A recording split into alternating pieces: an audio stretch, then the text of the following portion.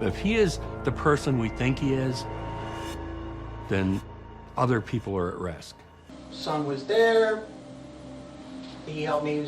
We were working on the truck, changing the transmission lines, brake lines, the whole 9 yards. Went in, gave him some money, left. Where? Went in the garage. Okay. And so we got done with, talked to him, said goodbye. And so then we left, come back a little after 4. And went out there and found him. What do you mean you found him? I found him dead. Okay. The truck was on him. This video contains the second part of the interview of a man who killed his son for insurance money. In the first portion of Carlson's interrogation, the detectives focused on the death of his son Levi and how Carlson had already spent insurance money that was meant for Levi's daughters. In this video, Carlson's disturbing history of fires and insurance claims comes to light. What I'm telling you is, But I mean, I know what you may the say fact body is- temperature-wise. Right, but what I'm telling you is it's indisputable. It's not up to us. We Right. cannot argue about it. There's no room to argue. Is that Levi was dead? He may not have died in your. And I wish I could say he died in your presence. But when you walk back in there, if you're telling us the truth and saying you had a conversation with him, you're lying because he was dead at that time. No, I had a conversation with him, I'll tell you that. Okay. Well, he was either dead when you walked in there No. or as you walked out. That's fact. No, well, I disagree because I know the conversation I had with him, and I know I handed him But money. what was it? We were talking about his other truck. We were talking about him coming back out to help me. We were talking about that truck, The evidence, the physical evidence and documentation from doctors will probably provide testimony. The fact is that he was dead. Unless, the only way is if he died while you were there or before you came in. You see what I'm saying? Well, I'm not sitting here speculating, but, couldn't you die 2 minutes after I walked out the door? No, and that's the one thing that we beat No, them I mean, on. come on. No, that's what we beat them on. We provided them with a window based on Cindy and based on what you said, and the people who were there, like the fire crew and all that stuff, they were able to eliminate the possibility he died 2 minutes after, or 3 minutes. There's a window there, but when they reverse it, Well, and that's just a fact. That's kind of what it is. I mean, I think, I don't know what to tell you. I can't tell you something that isn't true. Well, we don't want that. We No, want and I don't, and, I think, I think Tom You kind of, no, I'm just, I think Tom kind of took a leap of faith with you here. and that's fine. And I and I understand think you that, guys are being as nice as you can about it and being as polite. I have nothing negative to say. I mean, yes, I cannot believe I'm in here. I can't believe that. But there's something about Levi that haunts you, Carl. I know it does. Well, the thing that haunts me about it is that your son dies. Something more than that. No, nothing else. Nothing else. Because somehow Nobody- you always bring up Levi yourself. Not if somebody else asks you, like when we ask you, you know why we're here? Well, it's about my son and my Well, wife. come on. What do you think? Because When Cindy I asked sorta you, have Carl, this- when Cindy asked you, I know you have secrets. You come back with, so you think I killed Levi. That was a very telling statement by Carlson. Secrets could have referred to many aspects of his life unrelated to Levi's death. Yet, that is the first thing that came to his mind. Oh, by the way, she said on her one message to me, she goes, I know you. I know. And Carl, the game that you say you're playing, nobody plays that game. Oh. Nobody's going to come out and say, I caused the death of my son because I'm going to try and and Well, screw you up. that's why I kept talking to the neighbors. As Tom pointed out, what's the end game? There isn't Well, any that makes well, sense. that's what I tried figuring out is that what is she after? And in my I think you're afraid to tell us what really No. happened. I know, in fact, I know. No, I don't think, I- I know. And I don't know if it had to do with the drugs you were taking at the time. I don't know if it was because of what he was doing. At that time in his life, he had turned around. At that time in his life, for probably the last 6-8 months. Let me tell you something, Carl. Your tone of voice doesn't say that to me when you talk Oh. about him. We're not doing this. Come on. I know, but I'm not going to sit here and blow smoke up your butt and tell you that, he, Carl, my butt's smoking, man. well, I don't know what to do. I don't know what to do. I can tell you that. There's only a couple possibilities the way I see it. One, you planned it and you did it for the insurance money. or you were in there, maybe you're messed up on drugs, I don't know, only you know that, and for some reason, you decided that he had to go. What And parent would do that? I'll use your words, Carl. It happens all the time. It really does. And it's sad. I thought I did things for him that probably most parents would never do. I mean, financially helping him out, sticking, even though I was called so many names that a parent doesn't want to hear. You're a worthless effing father and this and that. And I stuck with him because he's my kid. So why did he have to go? You tell me. What made Carl do this? Carl didn't do it. No, he didn't. Sorry. Oh, you don't have to apologize No, to I'm me. just telling you, I did not. I'm not the one that's in the hot seat. But I'm just telling you, I did not do it. No, it's just that I know that because of the man you are, something about Levi's death haunts you. It always will haunt me. And for some reason... How would you, I mean, I guess I don't even want to. I mean, either that or you went in there and he was dead and then you left and for some reason couldn't deal with it, so you just left him there. Yeah, I mean, I can see that happening. What was it, Carl? Come on. We've been dancing here for hours. Let's stop the dance, man. Let us help you. You know, I mean. Whether you believe it or not, we're reaching out to you. And we know what we know, and you know. I mean, we can look at each other as just man to man, and we both know what happened. The only thing we don't know for sure, and I have my beliefs, is why it happened. That's all we don't know. That's the only thing. And you can make your own bet. And the hardest thing to do for you right now is the right thing. But I would imagine it would be easier for you because you've been doing the right difficult thing all your life. But right now, the right thing to do is to be honest and do the one thing that you've been good at your whole life is standing up and making the tough decision. And you know, in your heart, if you have a heart, you know that the right thing is to stand up and say, yes, I did do it. I did it because I thought it was the right thing to do. I did it for my family. And you know what? There was money involved, but that money's not for me. You can go through every ounce of it. I didn't get it. It's been for my family. I put it immediately to my grandkids. But you know, we can document and prove your involvement in this. Nobody can document what's in your head and prove it. Right. So what happens is, I leave it in their court to let them think. You're the first person I've interviewed that actually caught on to that. You're exactly right. I mean, we're going to go through. Can you I'll just shut it off. How do I do it? No, on the side, there's right there. Yeah. Okay. So you're the first person I've ever interviewed in 18 years that actually finished my sentence. What happens is we're going to lay out, what can be happening is we can lay out exactly facts. Boom, boom, boom, prove it. And then they leave it in your mind. It's never been, then they have to speculate what's in your mind. It's never been in my history or in my experience something so crucial as what is in the person's mind when it happened.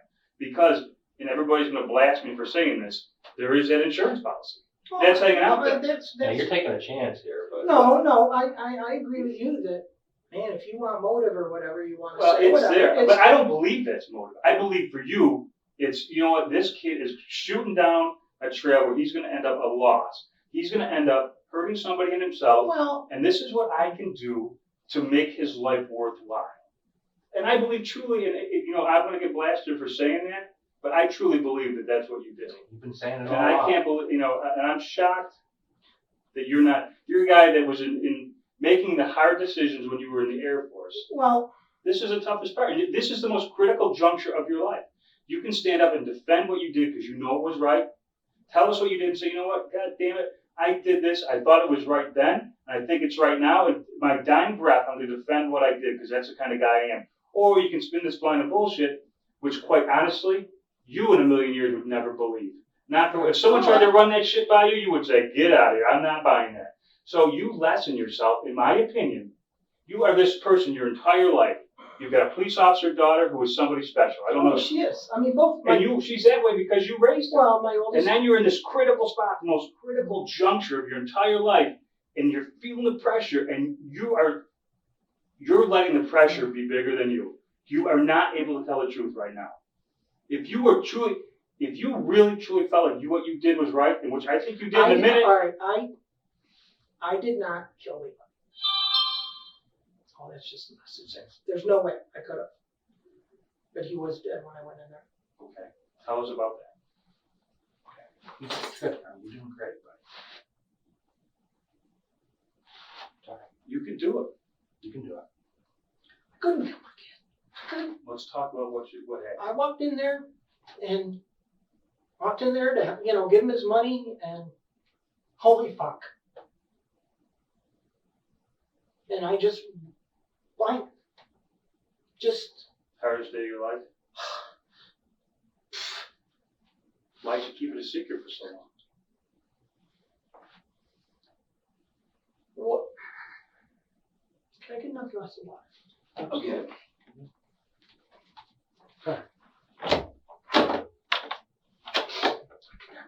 I couldn't kill him. There's no fucking way.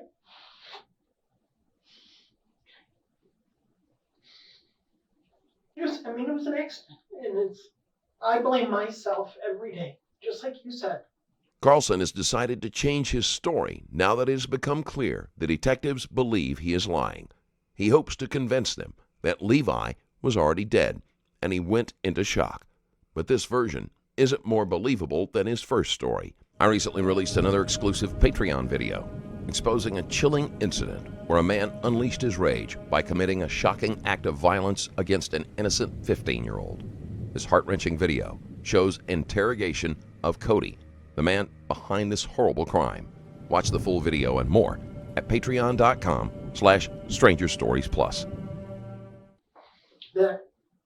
So when you went back in, he was dead. He was dead. And I fucking freaked.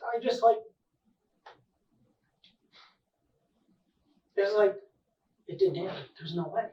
It's just, I would give my life for that kid. How about the radio, Carl? Was it? The radio was on, but it's one that comes on, it goes off, it comes on, the volume, you know what I'm saying? I got the radio home, you can see it. And it changes sort of whatever, it does what it does. It's a piece of, the radio's older than me, and I could never kill him. But I fucking freaked. And can you imagine telling your family? Oh, I can't. Can you imagine walking in? And a day later, 2 days later, I'm saying, and I know from being on a farm, a live animal compared to a dead animal. So you knew he was dead when you walked in? I reached out and touched his leg. I knew. I knew. And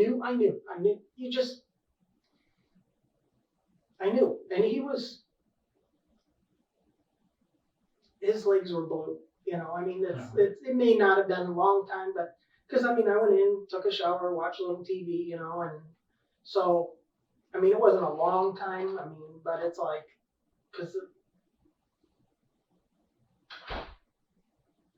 it was a fucking accident.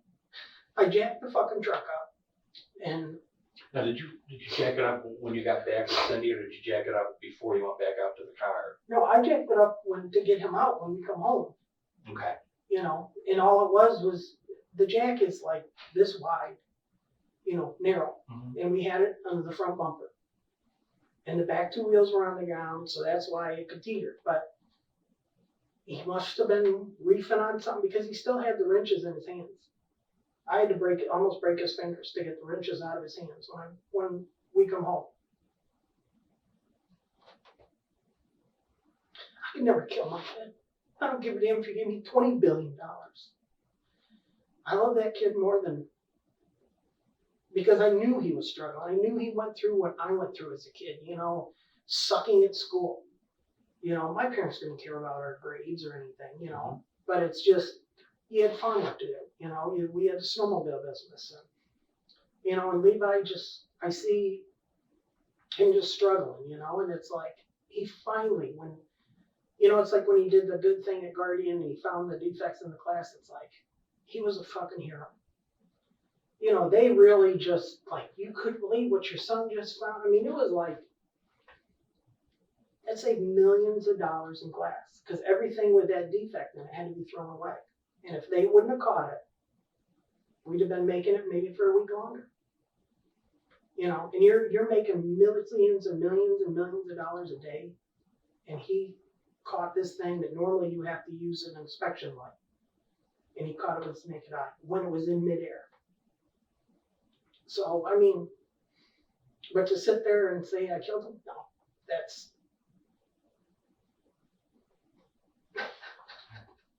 Carl, you've come this far, man. You're almost there. I know. I know you pushed that truck. I did not. No way. No way in hell. No way. I know you did. No, I didn't. He wasn't dead when you. I did not push the truck over. No way. There's no way. No way. I don't think you want to believe it. No, I know I didn't. But I think you had a good reason, and I'd really like to know what that reason is. I don't have a good reason because I didn't do it. And maybe it was. I don't know. I really like to know because. No, I didn't. I will never say I did because I didn't. So you came in there and you found him dead. And you It went might- back out with Cindy and spent 4.5 hours And all I could do was just think living about with that. You don't know how hard it was. It's just like, it didn't happen. It was like, Something you said to Cindy really stuck in my head, Carl, and it made me. I don't know. I kind of admire you for it. There was a time when you were talking to her, one of your conversations, and you said, "What I did, having to live every day, was harder than anything else. oh, it, I mean, Harder than if someone had killed me." I could never, oh, I mean, what I seen that day and what I didn't do for him, I can never change. I can never change. I can never change. How do I tell my family? How do I tell my kids that, oh, geez, he was dead and I walked away? How do you do that? Oh, I can see where that would be difficult. You know, I mean, because every day it's in your head that I left him there when he needed me most. Yes, it killed him about as instant when you have a truck dropped on you, you know, and when it fell, it's a lot of weight. I'm not stupid, but Where was he under the truck, Carl? When you under the front part. Was the front like the axle was across his chest? No, Is that how you it know was he dead? well, it was actually the plow frame, because it was a plow truck, Mhm. and they had the metal frame welded, you know, underneath that the plow hooks to. It was that was laying over his chest. You know, I mean, and he had one arm up, you know, when I pulled him out, he had one arm up, you know, up like working on, you know, it was sort of like hanging on over the axle or wherever. Well, you pulled him out after you guys came back, right? Right. Okay. The description of Levi's position is pretty accurate. He was working on the truck at the time of his death and had no warning of what was about to happen. But I did not kill him. All right. Did Let not- me digest this for a minute. All right.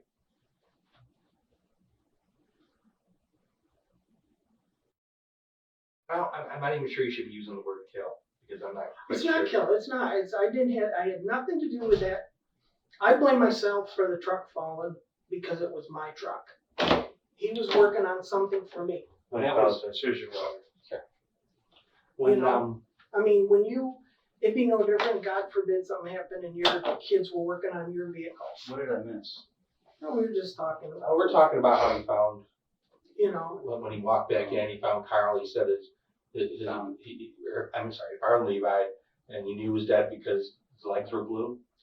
yeah, I He mean, said, and then he was crushed underneath the plow frame. you know, I mean, I A know. horrible image. I mean, I know dead animals when I see them. And it's morbid to feel, but it's like, I knew. So take me from the beginning. What you're in the house. With I in the Cindy. house, took a shower, all that stuff, watched TV, got dressed, you know, no big hurry, shade. I mean, it's a funeral for God's sake, suit and tie, and went out there to give him money. Did you go to the car first with Cindy or no? No, I went out to the Okay. garage, or no, I went to the mailbox first, I think, and went to the garage and had the money, and it's like, came back in and then holy. Tell me exactly You what don't you said. I just walked in and it's like, I see the trucks off the blocks. off where it was sitting on, and it was tipped one way or another. I don't know. And it's like, holy fuck. And all of a sudden it was like, it just, time stopped. It's What like, did you immediately after seeing him? I reached down and touched his leg, and it's like, I just like couldn't deal with it.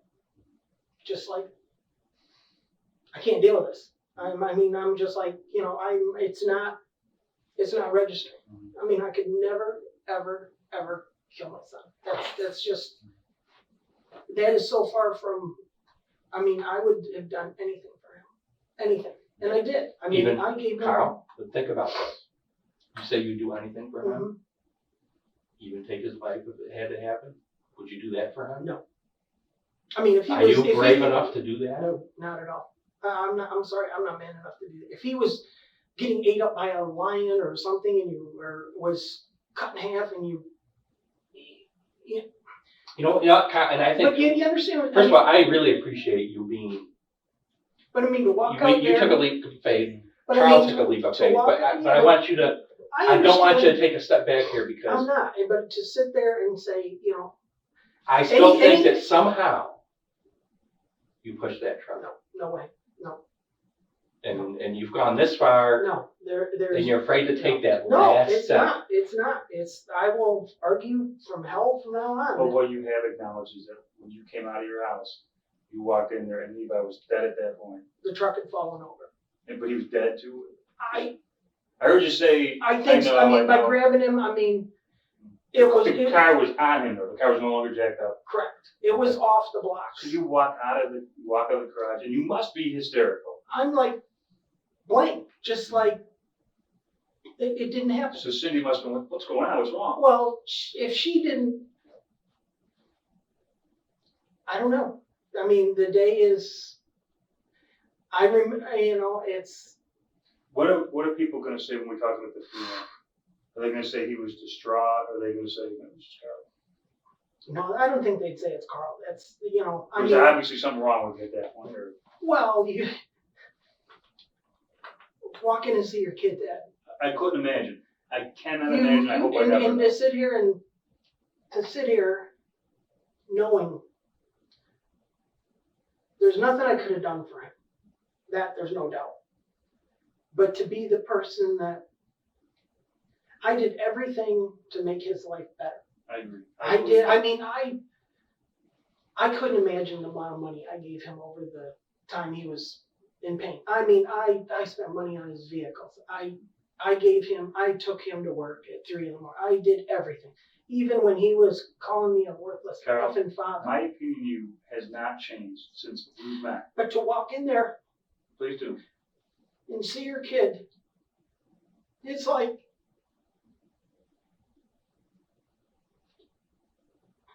you just, like, it's not like that feeling you see a stranger, you go over and help. It's like beyond that, way worse. It's like 5,000 punches in the stomach. You can't breathe. You can't think. You just freeze. You just panic attack. Just whether it's like this, it didn't happen. And what would Cindy say about your demeanor afterwards? It must have been noticeable, right? Because this is what I'm having a problem. You would have to. I would have to be so. Just. Here's the problem, Carol. You are proven to be who we thought you were, but you're struggling with this as anybody would. But here's the problem. We know he died while you were there. So now we know you're being honest about that. But as strong as you're being, and I know this is the worst decision you've ever had to make in your life. It's not. In But a way it is, but it's. Well, here's the good. thing. It's good for me to finally get it out because maybe No, the I fact, can breathe. I'm saying the decision you made that day. I got to live with that the rest of my life. Right. That was how, then I appreciate you being truthful with us in the fact that he was dead before you left there. The detectives are pushing Carlson closer and closer to the truth. They may even suggest it was an accident if they think it will get him to admit he pushed the truck. But here's the problem. You made a decision. There's no way you came out of that building having just been shocked with the fact that your son was dead. And nobody picks up on it I don't. unless you knew it was going to happen. No. It's impossible to believe. I'm sorry. You're selling yourself short. Right. I'm not going to sit here and I am not going to tell you I had anything to do I with want that. nothing but the truth, And- and my partner wants the And same this thing. is what I'm telling you right now. You made a decision that day. I made a decision to walk out on my son and not get him up from underneath the truck. Why? I panicked. Why though? It's a great question. I panicked. I just like Carl? I When panicked. and believe me, when we look like at the reports and the deputies report and the things you said and the way you acted when the deputies arrived, it just doesn't. How did I act when the deputies arrived? I was bawling like a freaking baby 4 hours later. Yeah, 4.5 hours later. because I finally pulled him out and seen his face, and that just Carl, It all come out. You're getting so close to me. I'm not going to I'm tell you being I as- had anything to do with it. I'm not. So Well, you I can know forget you're that. trying to. I can't. I'm not going to tell you I something I, know didn't you. do. Well, we don't want. Don't ever make any mistake in here. I know. Don't ever misconstrue what we want here. We only want the truth. That's right. Period. I want nothing. We're not interested in anything other than the truth. And I don't think we have the truth right now. We got some of it. We're much closer, It's, but it doesn't make sense. It doesn't make sense. it doesn't make sense. It's You- not going to make sense to anybody else. You made Well, I'm a sorry, brave. You made a it's- brave decision.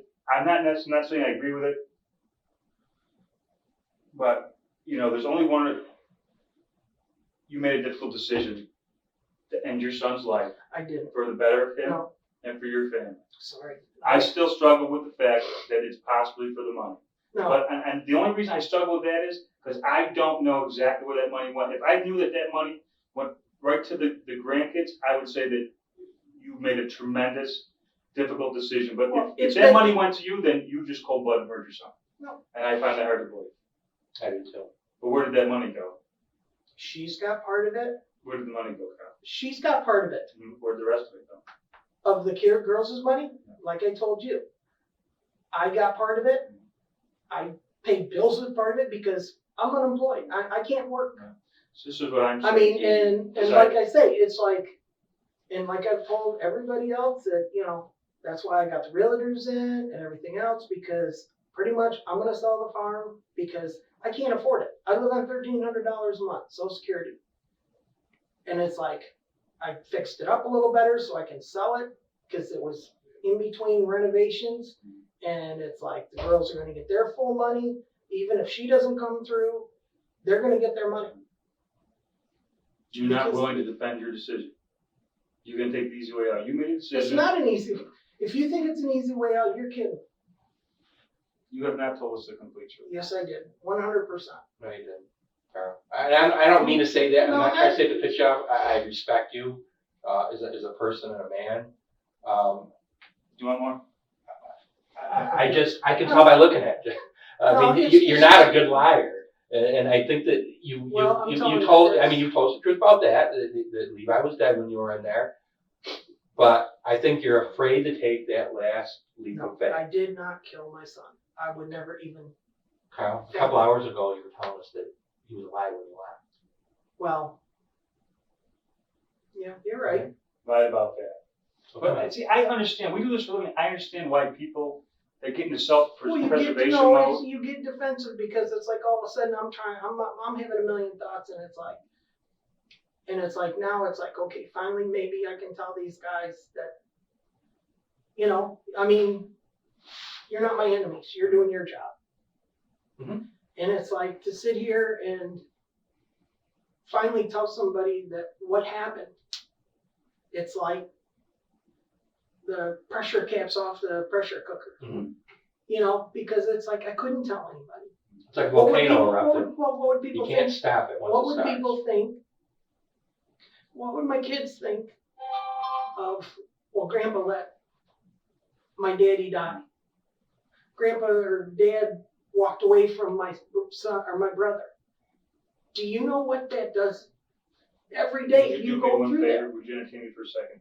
Without saying a word, in your head, think honestly, why is Levi dead right now? Think about it in your head. Don't say a word. Why is he dead right now? Mhm. The reason behind it. Are you capable of justifying that? Now, without saying a word, think about, are you capable of justifying that to your family? I sort of don't. Well, what I'm saying is, I believe, we know that you caused his death. No. I'm never going to say murder. I'm never going to say you killed him. And I believe you did it in a manner that nobody else would be able to do it. You had to, you were able to benefit your family and be strong enough to remove Yeah, your but son. that's the sickest thing in the world. Well, you know what? And You I know know what? people do it. Right. But that's the sickest thing in You the know world. people do it because that's in fact what you did. No, no way. Carlson remains adamant that he wasn't responsible for Levi's death. As far as he knows, the only objective evidence against him is his confession, and he's willing to risk that not being strong enough to convict him. And you had to, didn't you, when you were in the military, you had to make life or death decisions, right? Right, but I mean, this is your kid. This is somebody that You're having trouble dealing with it right now. You're having trouble dealing with it. Maybe. I'm having trouble dealing with the fact that it's finally come out that of what I know happened. You guys got your own thoughts, proofs, whatever, and I understand that. I'm not disputing that. But for me, it's like this is just opened up Niagara Falls to me. That it's Men like, make difficult decisions. well, that it's like Real men have to make you difficult leave. decisions. You leave. I know. But you shouldn't have to justify. If you made a decision, Well, I made a decision. I'm not talking about you walking in there and finding your son deceased because we all know Yeah. that that's not true. Well, We know I'm that not going to that's sit here and argue with you on that because we can get that. That's not going to happen because it didn't happen. No. And I'm sorry. I mean, You don't have to apologize. But it's just in my opinion, you're not giving yourself enough credit. If you would be honest and really say, you know what, like you said before, this is what I did. I was, if the medication has something to do with it, then so be it. I don't know. But this was going on in my life. This is what was happening to my family. I am the caretaker of my family, not just my wife, not just my children, but my grandchildren. And I had to make a serious decision here, and it's not easy to do. You probably had a split second. I mean, if you didn't plan it, then you just had a split second to think about it. No, I didn't do it. I mean, I had the truck jacked up. I'm the one that jacked it up, and I live with that every freaking day. Would you like more water on the neck? No, thank you. Yeah, I'm taking 2 seconds. I live with that every day. That choice I did. That choice of jacking it up. That choice of just, it should have been me under there. You live. I mean, You know what? I think that you probably really think that. I think you really wish that it was you. I do. I've lived. I mean, look at me. I'm a train wreck with my health. And you know what? If you don't, tell the rest of this story, it's gonna ruin you. No, it has. It can't. It's gonna tear you apart. It is. It has. Tell the rest of the story, Carl. It wasn't just that. It is. You didn't just walk in there and see him and then walk out and then come back 48 hours later. It didn't happen that way. Yes, it did. I mean, you can say that, Well, and I'm not saying it to be a prick. I know you got your job to do. You got your. My job is to And get the the thing truth. is, it's just. And they said Tom kind of took a leap of faith and thought that you were worth. I know. But talking to. I'm just saying. We get paid by the hour. We don't have to do this shit. I mean, come on. Like I know. said, we've been dancing But for hours, and you're finally starting to tell the truth. I can't. And now you're hitting up against the wall again, and it's just making me feel bad for you. No, the thing It really is, is. I can't tell you something that I didn't do. No, and no, I know. And I did not kill him. I did not push the truck over. I Is did it not. Is it possible that? I mean, is there some reason? And I know there's something you're still not telling me. I've been doing this 26 years, and I can read people pretty well. Is there something that I'm trying to figure in my mind what happened in that garage with you and Levi, and why? I can't come up with a good reason why you didn't tell anybody about it right away. Okay, that doesn't make sense to me. That will never make sense to me, or probably anybody else either. Well, So I think you need to I don't know. justify what happened. Well, I am. And that's why explain it's why. Just, I don't know if... And how can I put this real simple, man to man? Right. And Why I did don't he know. have to go? You tell me. You ask the guy upstairs, because I've asked many, many times. Well, And believe me, I have. I've had my talks with him, and it's like, okay, why? What did I do in my whole freaking life to deserve this? I mean, when I listen, I mean, when I listened to the recordings, Carl, you were describing about the truck, and at one point, Oh, I was playing it good. I give myself... Nearly 4 hours into the interrogation, Carlson still can't give a satisfactory answer to explain why he would give an elaborate fake confession. credit. I was, because I wanted to see where this is going, because it's sort of like, I don't know if you, I just... Well, anyway, Carl, you were talking about details, about how she asked you at one point, was it hard to push over? You said no. It was balanced on a railroad jack. But Don't did smile at anybody, me, Carl. but did anybody check that the back wheels did have locks on them? Or that, you know what I'm saying? I mean, the thing is just, I'm tired of this whole thing. I've lived with it for 4 years. And it's like, it pisses me off she set me up. It pisses me off. I mean, I know that truth has got to come out. I understand all that. No matter And you're well on your way And, well, to no, tell the it's whole just, truth. I don't think you're telling me the whole truth yet. I sit here and I think back of that day, and it's like I relive that day every day, because it's something that, you don't understand until you've been there. To see that, and it's like you can't, I don't know if it was the medicine that just made me go into Never Never Land. I don't know. I mean, was I really stoned like normal? Back then, yes. Anybody will tell you what I was taking. Even the doctor, when he found out what I was taking, he says you should be dead. And it was stuff that was prescribed for me. It wasn't marijuana. It wasn't cocaine. It wasn't nothing. It was stuff they gave me. It's stuff that I took to stop from hurt. Carl? And to sit here and, Carl, when you went to visit Levi's grave on the 4th anniversary, Mhm. did you say anything? I always say something. What did you say? I miss you. I love you. I always take care. I'll take care of your kids till as long as I can. I mean, I just talk to them. Tell them things. Did you think he could hear you? Well, I wouldn't be talking to the ground then, would I? I mean, sometimes I just talk to myself. Like, I could be driving down the road and I'd be just talking to him. He's there. Do you think he can hear you now? I hope. Do you think he's proud of you? I hope. Honestly, I really do. Let this come out. I think he'd be more proud of you. Well, I know you guys are going. No, I just know. But this is what. I And mean, like I said, I'm walk not out- doing this to be I a know, prick. and I'm sitting here But telling I you- know there's more, Carl. I know there is. I mean, you can tell me there isn't, and I can't force you. This is not, a torture chamber. This is you and I talking. And it's just, but And- I'm talking to you too, that you've got to sort of respect. I know you guys got to. I respect you. And you got to keep going. And yes, you got that out of me. And it's like you said. I got it out of you. You know why I got it out of you, Carl? Because you don't feel good about what happened that day. That I know about Would you feel you. good about walking away from your kid? Would you feel good about it? No, of course I would. I know there's nothing I could do at that time. Right now, looking at it, there was nothing I could do. How do you know logically. that for sure? Carl, I've gone to a lot of deaths in my 26 years as a police officer. What you're telling me Mm-hmm. don't make sense. Well, Okay? That's not the way people react. I'm sorry, but I mean, And I'm gonna have a it's hard. hard time selling that to the bosses, believe me.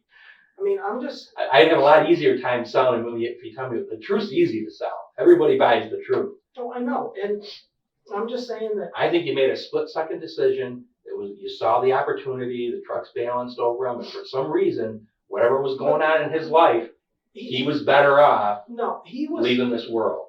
And I'm not sure why, but you need to tell us that. He was much better off alive, because he finally, and Cindy and I both agreed, and other people agreed, he changed. when he finally got the opportunity and somebody believed that he could do a job, he was good with computers, and that's what running the machines at Guardian were, they're computers.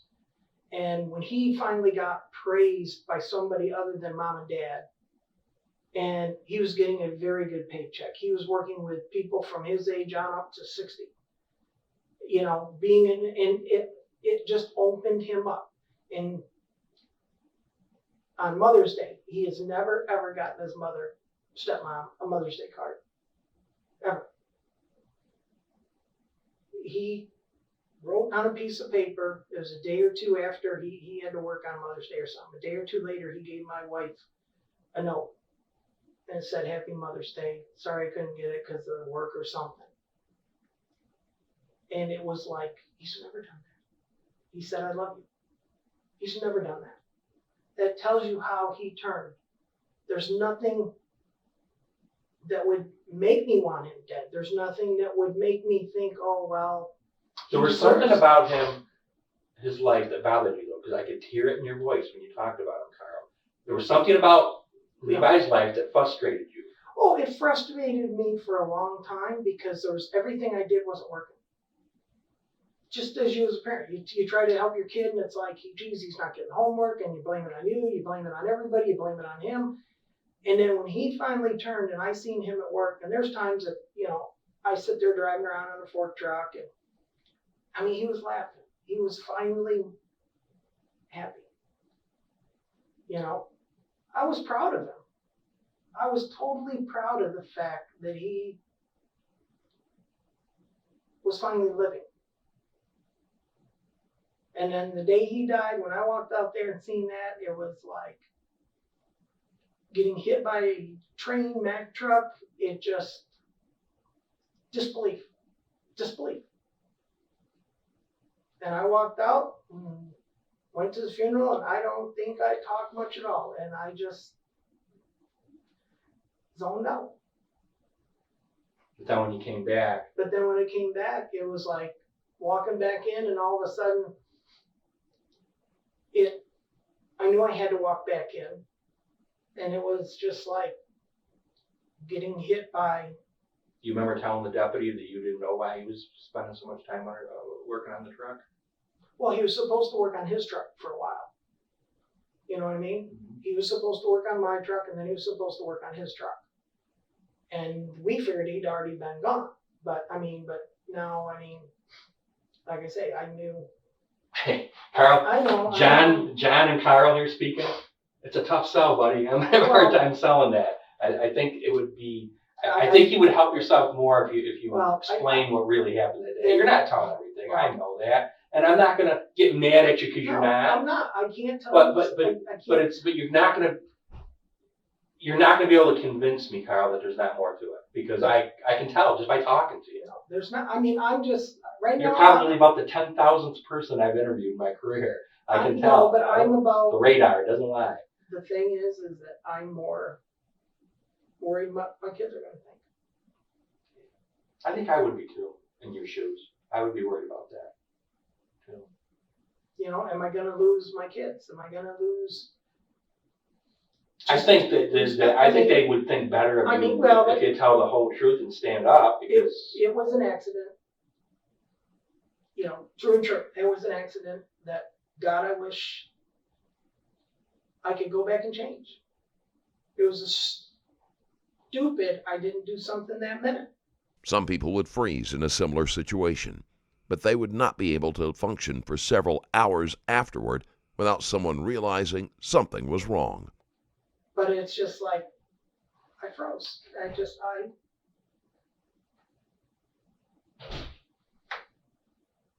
You don't know what it's like to sit there and live with that every day. It's almost like, and I think that's what caused the divorce. You become heartless, you become cold, I think that there's a part of you that can be heartless and cold, and I don't mean that in a bad way. No. I mean, a lot of people, a lot of men who've made difficult decisions have that inside of them. Well, you have to learn to shut things out. You do. But that's just the way.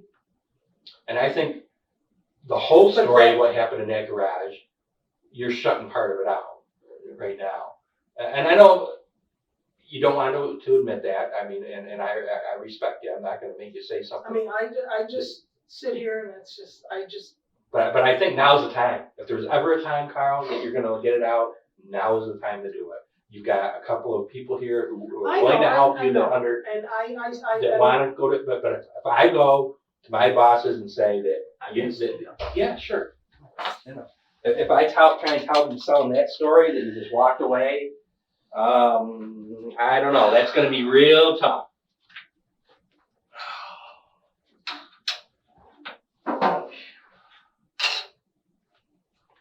You need some more water? no, I ain't doing that. Need my drugs. I do, and that's not, Do ya? I'm not kidding. Because it gets worse. It gets really bad. What are you taking for the pain? Well, I wear patches, fentanyl patches, Mhm. and then I take Vicodin and the antidepressants. The ones they got me on reacts to the other medicine, in which it keeps me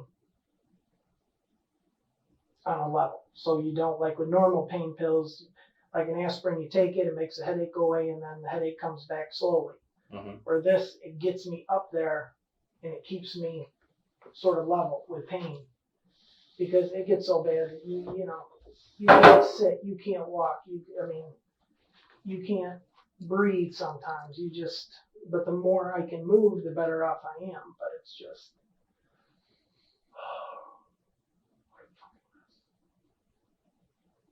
Well, for what it's worth, Cal, you're a pretty tough guy. All right.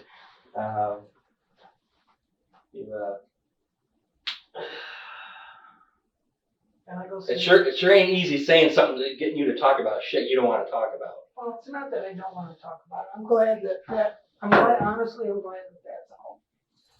But it's just, it's like when my first wife said, well, I need to know more, and I talked to my neighbor about it. I said, she wants me to tell her that I killed my son. And I almost lost it. And I'm like, the neighbor's like baffled, and I'm baffled, and I'm like, how could anybody, and I kept telling, how could anybody ever think that? I mean, I know there's people that have done horrid things.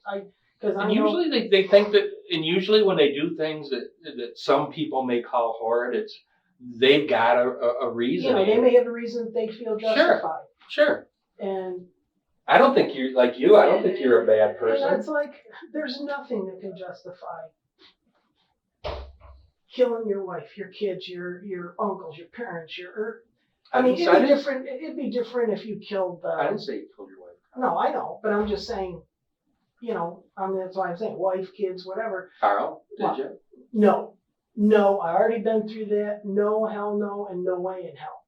I had the best marriage, and if I had anything to do, I would get rid of my wife now and have my first wife. That's how much I loved her. We loved each other. I mean, she was. You couldn't find a fault with her. Some women you marry, geez, they only want, let's put it bluntly, sex once a month. She was the perfect wife. And it's like, she was, I guess, an angel. I don't know. She just, what she instilled in my kids is there today. You know what I mean? Mm-hmm. And it's like, I had a hard time raising the kids on my own. I did. It's like, okay, I'm mom. I'm mom and dad. I did the braids. I did the ponytails. I did the birthday parties. I did the cupcakes and brownies. And it's tough, and with losing Levi, we finally got him going in life. And Cindy and I talked about it. I said, finally. It's like the load's lifted off. We don't have to babysit him. I don't know how many times we went down to the sheriff's department and bailed his ass out of trouble, paying fines. Thousands of dollars in fines.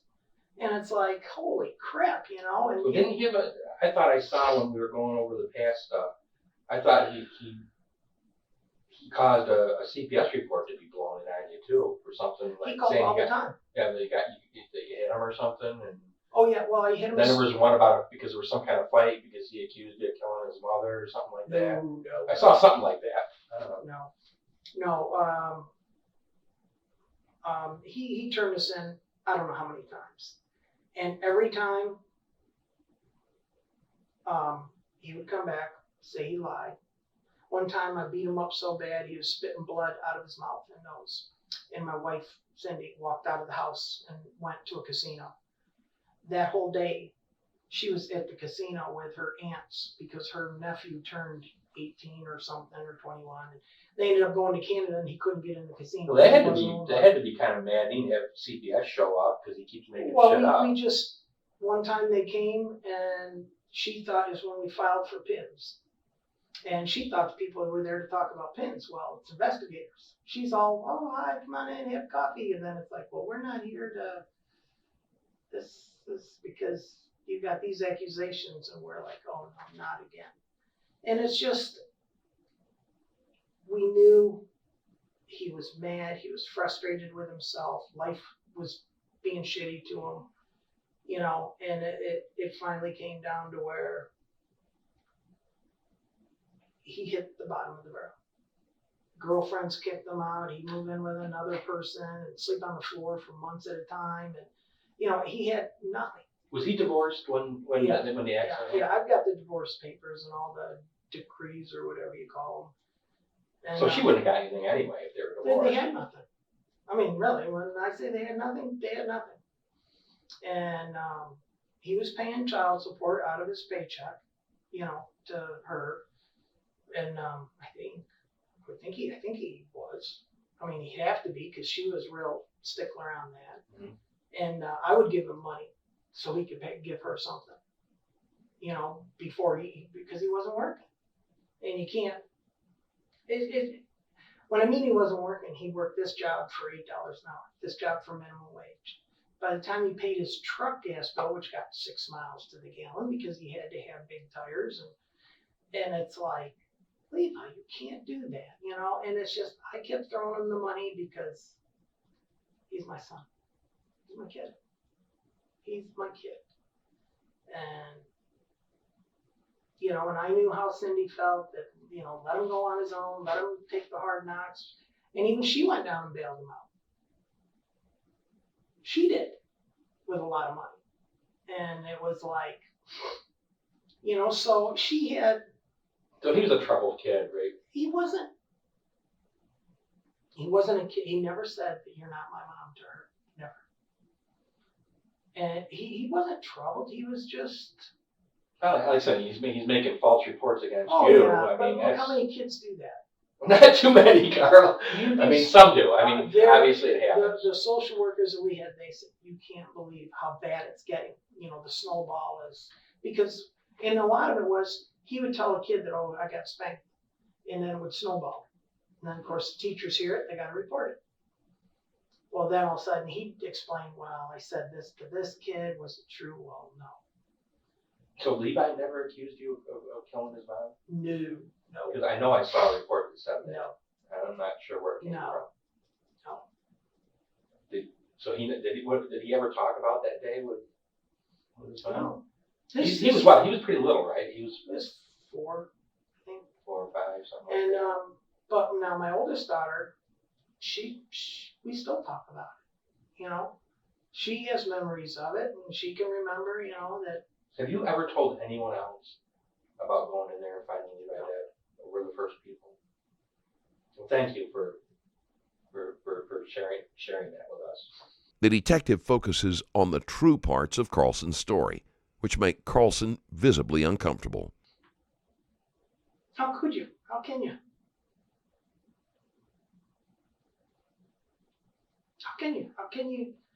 How can you tell anybody that you walked out on your kid?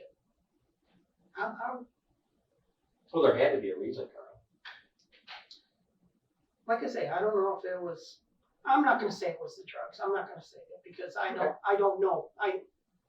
I mean, I know from what I used to take, and Cindy will tell you, and Alex will tell you, and Katie will tell you, and Aaron will tell you, and everybody that knew me will tell you, I was a stoned. Why I'm alive is beyond me because of the amount of medicine I took. And even the doctors will tell you. They don't know why. and the doctors were prescribing me this. You can't mix oxycodone. You can't mix Percocet. You Well, can't. you're not supposed to. You can't mix Vicodin. And I was. And then you throw in the methadone. And, methadone is what you give the heroin guys to get them off. Because it's way worse than heroin is. But it's more controllable. You don't have that spike. The heroin will get you up there, or the methadone, and you're just like this. You're like a plane at 50,000 feet. You're just sailing. You don't hurt. And as long as you keep the medicine in you, you don't come back down. But with me throwing everything else in, I mean, like I say, there's days I would sit at the couch and I'd look right through them. I mean, I could fall asleep standing up. Literally, put me in the room, boom, I'm out. And I'd stand there. And even my daughter and I, we were just talking about it down there yesterday in New York City. Of how I've changed and how I've come around after this one pain specialist took me under his wing and said, you're getting off this, you're getting off this, you're getting off this, you're getting off this. And I mean, I would sit there in the mornings and I'd have my bottles all lined up. One of these, two of these, three of these, two of these, two of these, one of these. And I'd just grab the handful and throw them in. And about an hour later, pink elephants are flying. I could work because it didn't hurt. But focusing, I forgot all the time. I would be in the middle of sentences. And I still have the problem, is I could be in the middle of a sentence and I'd have to ask you, what were we talking about? And I still do. And it's You're doing good today. I think you're doing better than I am. Well, I haven't had my medicine other than early this morning. But I mean, it's just, it's like when I got on Social Security and they told me that I can find a job for a certain amount of money or something. And they're like, well, you can answer phones. I'm on methadone. Do you want me running a business and being on methadone for you? I may tell somebody they're an asshole, and not know I did it. I can't remember at the time. I couldn't remember shit. I'd call, if I went downtown, I'd have to call the wife and say, what am I downtown for? What am I getting? And she would have to write lists and make sure it's in the car, and why I didn't kill people driving is beyond me. And I was too stubborn to give up my driving. I didn't drive as much, but I get real motion sickness. So if you put me in the passenger seat, that doesn't go well with me. I can't ride in a car very long if I'm not driving, because I will throw up. I have to wear the patches a lot, and no, it's this whole deal. It's like I how do you walk out of your kid who dies? Carlson was able to walk out on his son the same way he left his wife to die in a burning house while he stood outside. I've thought about that for 4 freaking years. I mean, I have an answer for you, but you're not going to like it. How do you walk out on your kid when he dies? When you had something to do with it. No.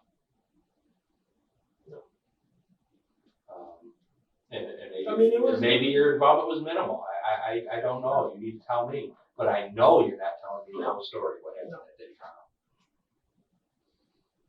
Toronto? And it's just, you can't do that. I couldn't do it. I could do a lot of things, but I could not. You couldn't do that to your own kid. You can't. And it's like walking out on him. It's just like, it was the blank. It was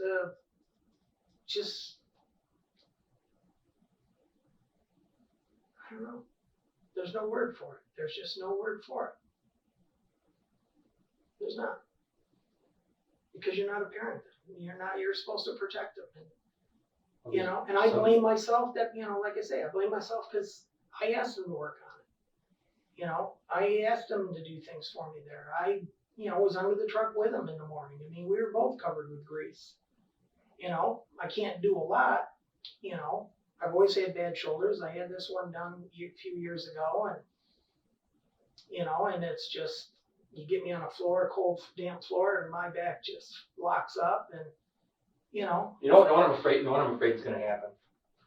I'm afraid that when it comes out that you did walk in and he was dead, because you told us that your kids and other people that know you are gonna say, God damn it, he killed him for the insurance money. Oh, I know. All right? So I'm thinking, Carl, And that's what I'm gonna have to let them think. so I mean, I can't sit here and say that I. if it wasn't for the insurance money, and if there was something that, I mean, come on, you're not telling the whole story here. I know it, you know it. Let's not come on. No, I can't tell you I killed him because I didn't. Well, the truck killed him. Oh, I know the truck killed him, but I had nothing to do with the truck I falling mean, when over. you're leaning on it, No, did you push it messing around? no, I mean, no, I was dressed up. I mean, I was in a suit, tie, a whole 9 yards. I mean, the truck was a grill, I mean, no, and why? Why would I? Why? I don't know. There's a reason. No. You're just afraid to tell me about it. And I'm not saying that to be disrespectful. I'm telling you because that's based on my training and my experience. Do you have a That- tissue around Yeah. there or something? Well, you know what? Let me get one. Let me give somebody to grab me a tissue. Hello?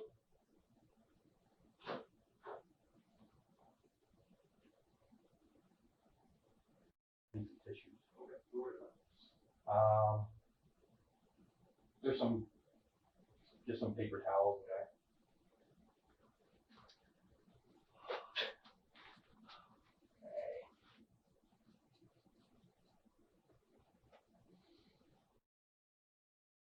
Never goes the way you think, does it?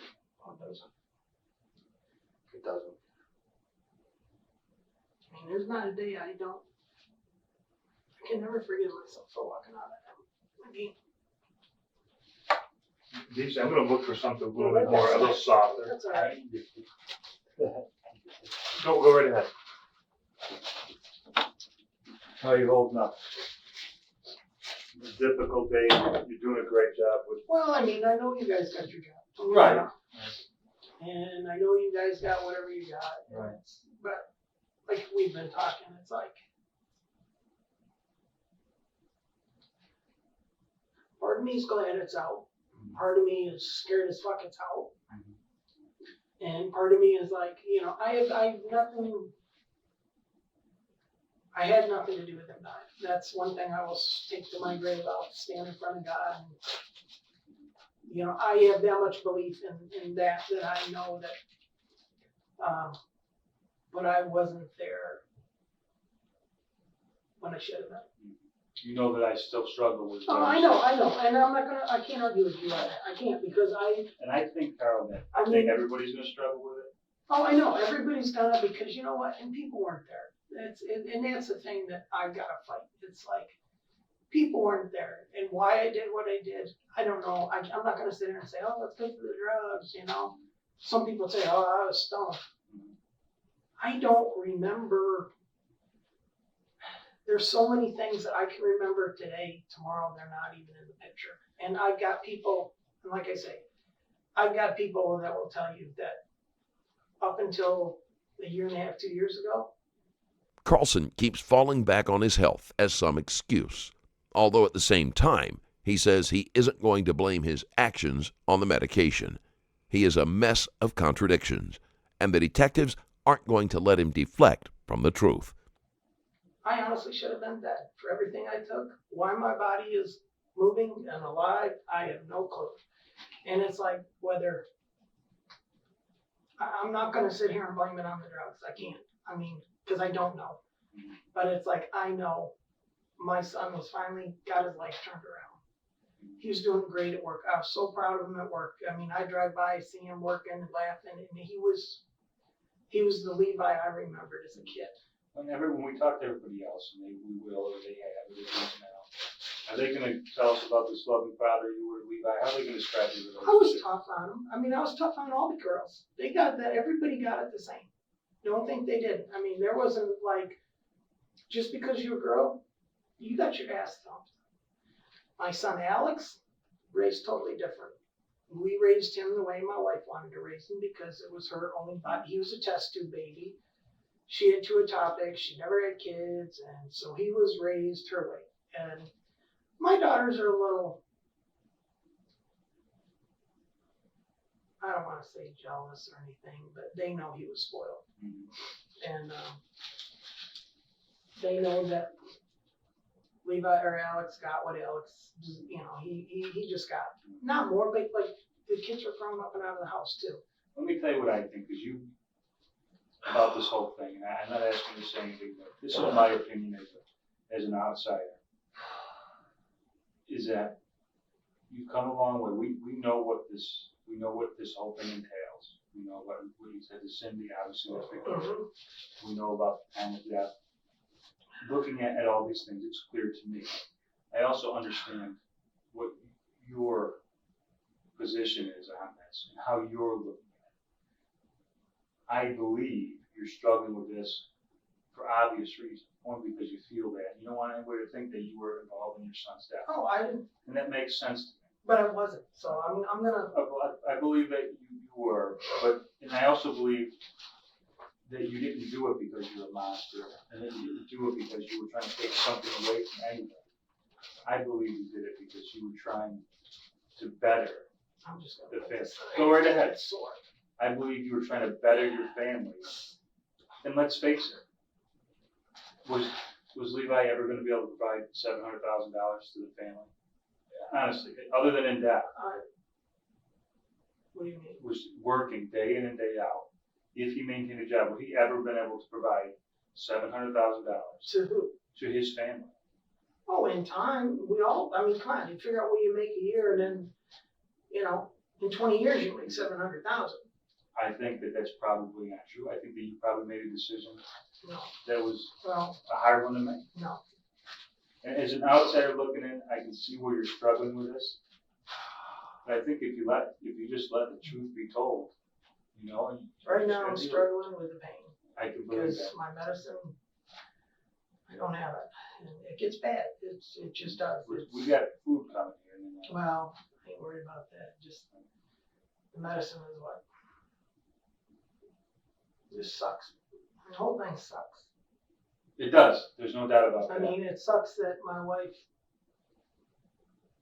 I'm not gonna blame it on her. I don't know that you can. But I don't I know mean, if there's anybody to blame, really. And I mean, I'll take the rap for walking out on my son, and I have for the last 4 years. I'll take the rap for that. But I did not I kill honestly him. believe- I did not kill him. I did As not. we look at each other man to man, my piece of advice to you is if you could see clearly from my spot, from my position Oh, here, I think that you would realize that as comforting it is to you right now to say you just walked out and not tell the complete truth, if you were in my shoes, you would be able to see that the truth is actually better for you, because the truth is, in my opinion, that your heart was in the right place and you were actually making a difficult decision. It's instinct, even when you're a child and your parents catch you doing something you're always wrong. on the defensive. You cannot get yourself to tell the truth. And the bigger the issue, you can't. I know that. And when you get in these situations, people, no matter what they're made of, revert to that. And unfortunately, we spin these lies that we're stuck with. And then, you're gonna be stuck in a situation where today you tell this story that makes no sense. And like you said, you're gonna leave it for other people to fill in the dots. Oh, right, and I agree. And people are not gonna fill them in a nice way. Oh, I know. If you tell the truth and fill in all the dots yourself with the truth, then there's nothing for anybody to decide. You're either gonna look at it and say this is right, or they're gonna look at it and say this is wrong. Right. But at least you know when you did this, well, and in my opinion, Right. then you know that in my opinion, you did this for a reason. It wasn't for greed. It's not because you're a monster. Although, let me say another thing. As I'm saying that, I'm thinking, you know what? There are some strange circumstances in your life. Your wife. I know. That's So, bizarre. believe me, I know. I have lived with everything, and it's like, That's bizarre. we all laugh about things. I would never find any reason to laugh at it. Have you seen this? Have you seen this article? No. I believe that's you. Yeah. It looks a lot different. Tony Chrysius, insurance guy. Okay. Man, were you sick at that point? You were very thin. Why were you that thin then? My medicine. You were messed up, huh? No, excuse my language, I was fucked up. Fucked up. No doubt about it. I never realized You it doesn't look like ever had bringing a guy in here that's been on crack or heroin? Absolutely. Go about 20 times worse. Yeah, that's remarkable. I would eat maybe whenever. I mean, it's not that I was popping. Let me ask you this. No, please go ahead. I'm sorry. I mean, I wasn't popping pills just to pop pills. It's just, they quit doing back surgeries on me because every time they did, the parts that they fixed above it, you're only as strong as your weakest part. Makes sense. So the whole body, I got cadaver bones in me, I got brown bone in me, I've got everything under the sun in me. They fixed me, the top blew. Take me back in. Fix me, the next part's blow. Fix me, the next part's blow. Then I can't wake up from anesthesia. They said, you have had too many surgeries. We're going to kill You're you. becoming numb to the anesthesia or something? Anesthesia. It'd take 3-4 hours for me to wake up because they had to keep putting me in lower and lower or something. I don't know. remember. And finally they said, we can't do any more. We're going to kill you. And it's like, I need the surgeries. And I begged for them to put in the 2 rods. But you can't, it's 2 rods from your skull. They bolt through your shoulders all the way down into your hips, and you're a permanent fixture, like a light pole. Yeah. And I'm not 60 years old. Yeah, I'm surprised you even mentioned that. Well, I brought it up because I did my research, and I says, this would stop me from moving. The problem is my discs are gone. It's bone on bone. So if you come up and push me from the side, I'm either going to end up paralyzed for a while, paralyzed permanent, or I'm going to be on the ground crying, or I'm going to be really hurt. None of those. I can't, if I even fall, it's like I have to lay there for a while and you cry because I have to wait till my body I keep moving until I get back in place. And it's like, Realign, maybe? Yeah, and it's like, I want to go back to this because this is. I've never read it, so. Have you seen it before? No. Do you know what it's about? No. Okay. What it says here is, it paints a slightly different picture. And I think this is, what I understand this is from like some insurance company publication. It discusses the policy on Levi, your son. It says here, Karl Karlsen, that you brought his 23-year-old son Levi to Anthony's office on November 3rd to discuss. We didn't go to his office. We met at a bank. Okay. I'm just going through how this is slightly different. That's all right. That you brought him there. Levi had just been through an acrimonious divorce. Not even sure what acrimonious means, but I'm sure it's not good. Yeah. Karl you wanted to help his son. So obviously, we have or we will find out where they got this from. And if this is true, what that tells me is, you were probably trying to help your son. Really do exactly this. This paints a glowing picture. Hungry? No, I'm not really. I'm good, but would you want to leave him here? Because you're probably hungry. We'll leave it, and then whenever you want something, you can have it. No, I'm fine. Okay? I'll just set it over here. This paints a pretty glowing picture of you and your relationship with Levi. How I just finally was looking at this, going over what it says here. You didn't write this. No. You've never read it before. Sure, What it says is, you can barely spell. Especially it was acrimonious. We got the boss in here, so let's run it by you. What does acrimonious mean? Acrimonious? The context is regarding divorce. Acrimonious means like nasty, not very good. We were right. You were right. So But this is in conflict with what you told us. It says Karl Karlsen himself brought his 23-year-old son Levi to the office. So it kind of implies that it was your insistence here. Carlson told the detectives earlier that the insurance policy was Levi's idea, but most evidence suggests otherwise.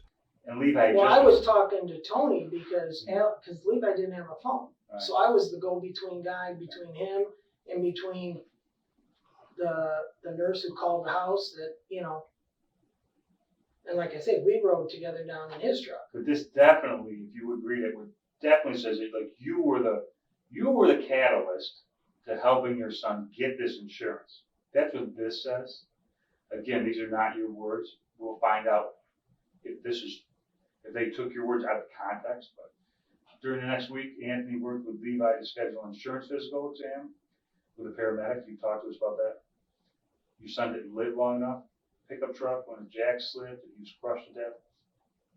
The next morning, Anthony found out about it.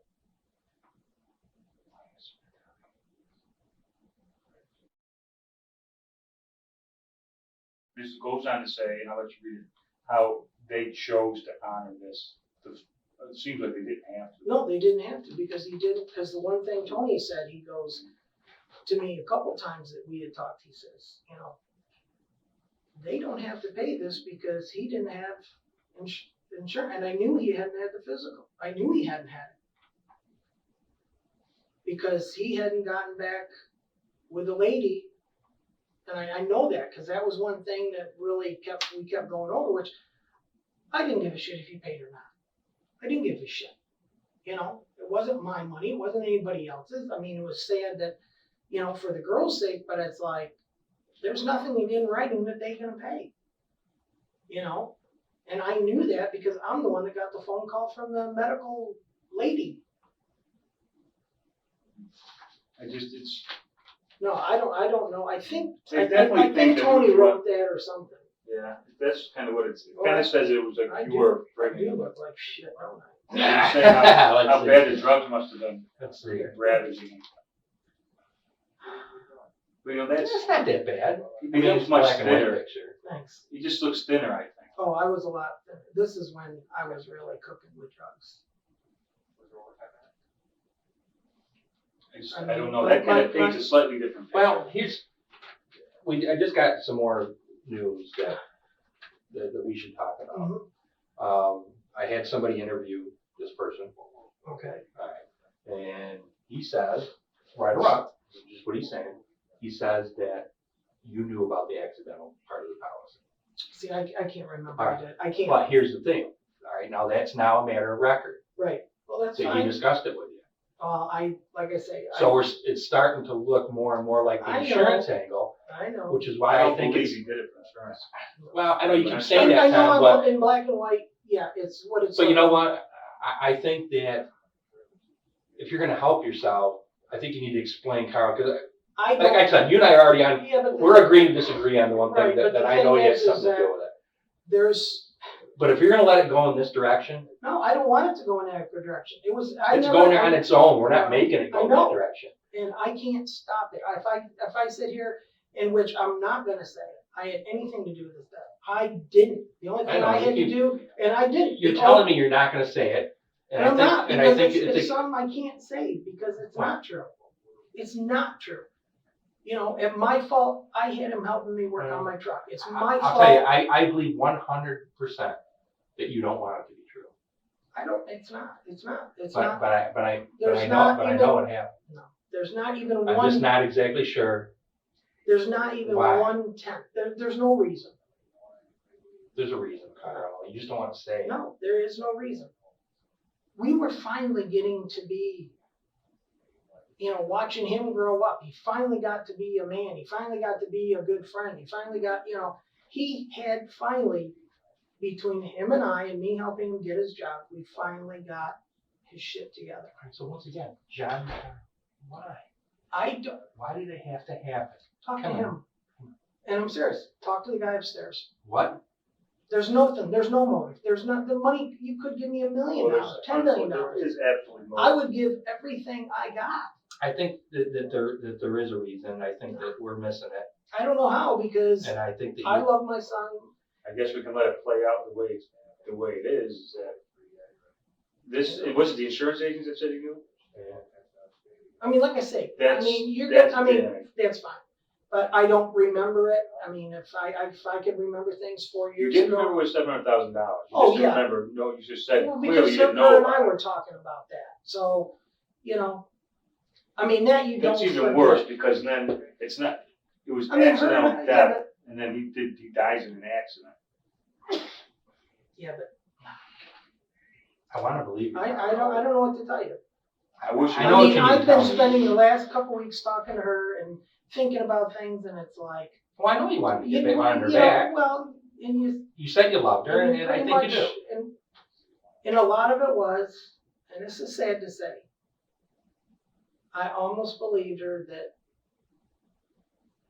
if I said what she wanted to hear, that she would take me back. Why would anybody want to hear this? In one of the most outrageous statements that Carlson has made during this interrogation, he claims he confessed to killing Levi so his wife would take him back. It's a lie so unbelievable, it wasn't worth telling. How long was she in Levi's life? Since he was 7. So there's no way you thought that she wanted to hear that. She wanted to hear the truth, is what I'm assuming. I can't imagine you think that a mother wants to hear Well, a child. that's the thing. That's why I kept talking to the neighbors. It's like, Yes, but Carl, she never actually come out and said that you killed Levi. You did. I know. She But, didn't bring it up. Yeah, but you could tell. That's why I kept fishing for more. Why fishing didn't for you more. just tell her, hey, the truth is, he was dead when I walked in there? Because could you admit it? I wouldn't have let that happen, but that's different. I'm not in your situation. You were strong enough to admit it, and we respect you for it. But I think You don't know. I think you need to tell the whole story, Kyle. Well, I can't tell you anymore. There is more. I know there is. There's not. I You're not I helping wish to yourself by God- not telling the whole story. Well, You I- really aren't. can't tell you what isn't true. You have in the I'm past, serious. and you are continuing to do that. But I honestly think if you could step back and give yourself a second to look at everything and what you're saying, and look at it as how it looks to the outside world, Oh, I know. You will realize that the truth is the truth. What you really did and the reasons you really did it are better than the reasons you're providing. But I didn't do it. 'Cause- Yeah. You guys, I know you guys know your job. I know everything. And like what you're doing, what you're saying, and it's like, You think I want to be here, Carl? I don't want to be Excuse me here. one You don't minute, want to be here. guys. He doesn't want to be here. To think that you were working on a case, something like this, I wouldn't want to be here. To think that people can do this as people. I mean, I don't know if you're religious, whatever, but it's like, I'm not the most religious, I don't live and preach the Bible and all this stuff. But I believe.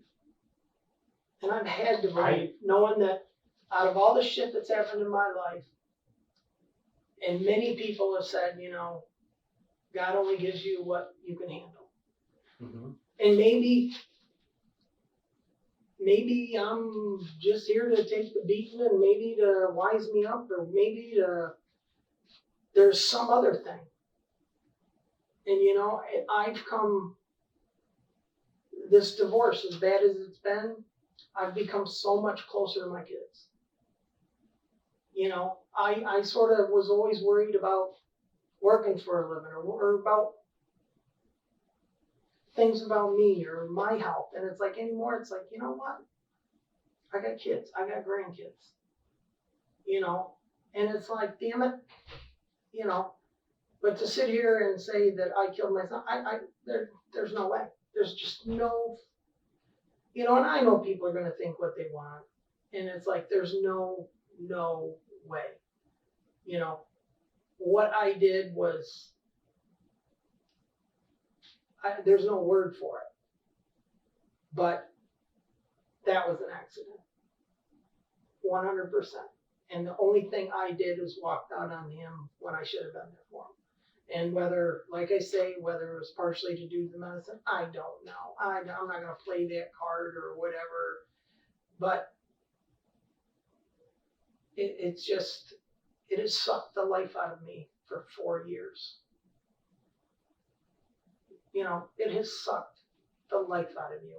And it's like I told you guys earlier, and I don't know if you were in here at the time, but you know, when I go to church and stuff, it's like when I walk in, it's like the load's lifted off. It's like somebody else is holding it for a while. Then when I go back out the door, I got to deal with life and deal with things, you know, and it's just, you know, and I've never told my daughters or anybody because it's like what they would think of me, what they would think of the situation, that, you know, could they understand that you you just panic, freeze, whatever. It's you do. You know what, I Carl? did. Carl, you're not a man that panics and freezes. That when you see something like that, I've studied you for a long time, for many months. Mhm. I feel like I at least know you somewhat. Oh, I panic. Believe me. I do. Panic is run around yelling. No, panic is not knowing, and I never used to be this way. But since I've been on all the medicine, there's times that I drive in a car and I get lost. And I get freaking panic attacks. If I can't find my way out, I start, it's like you almost want to say I want my mother. And it's to do with the medicine. I mean, there's a lot to do. I mean, and I don't mean to keep coming back and bragging it up, but I went through 4-6 years of being stoned. I mean, you guys, you know, check my medical records, whatever, you probably will, but Probably already did. well, probably, I mean, it was tough, and it's like, you know, it's tough. It's tough. I mean, I'd go to Guardian to work, and the guys are looking at me like, holy shit, man, you can't be on a truck tonight. And I'm looking right through them, and you're expecting me to drive a 10-ton forklift and load glass or run cranes with glass 160 inches long, weighing 6-8 tons. And I'm working 2 feet from you, and you're 10 feet under the ground below me, and you're wanting me to, you know, put it through a spot where you could hit something. But the guys, they trusted me. I was good at what I did, but I wasn't there. And Guardian put up with me because they said, if you ever get in an accident where you got a plant damage and we ask you to do a drug test, you're going to be on your own. You're going to lose your job. And I said, okay. And anybody there will tell you, I was a freaking animal. I was a workaholic. I would help out. I would come in on overtime. I volunteered. I left the worst job in the plant to go to the best job in the plant. And I asked to go back when they had employment problems because I knew, and they let me have the crew and they let me crack the whip, you know, because I knew I liked my job that much, you know, and it's just, I would do anything for anybody, but to take the life of your own son, that doesn't even, I mean, and I know. I've been around long enough to know that there's circumstances where a parent might have to do that. Yeah, but it's not. I don't know what I would, if I had one of my kids and I knew that their life was going to be miserable because of the choices they were making, I might make that same call. Yeah, but you can't though. You can't, because who are you to, you know, you're not in control of anybody I was else. going to say, You're not. Who do you have to be? It's up to me. It's up to him. You're in control of you. My actions reflect, and I think the older you get, the wiser you get. But it's what I do that affects everybody else. And with him, I got away from doing the yelling and being a father or being the parent to where, okay, we're not going to go that route. We're going to go the route of, what am I going to do to help you? And I started, you know, handing him a little money just so he had gas money. He could still come out and bring the girls because he didn't have gas money to make it out. So I said, fine, I'll give you the gas money. I want to see the grandkids or whatever. And he had job interviews. Here's gas money. Go to the job interview. You know, he had speeding tickets. He had this ticket, that ticket. Okay, we'll pay him. You know, but you're going to work on the farm, you know, helping me to pay it back, you know. And he did most of the time, you know, and I didn't make him work. He didn't earn it. Let's put it that way. But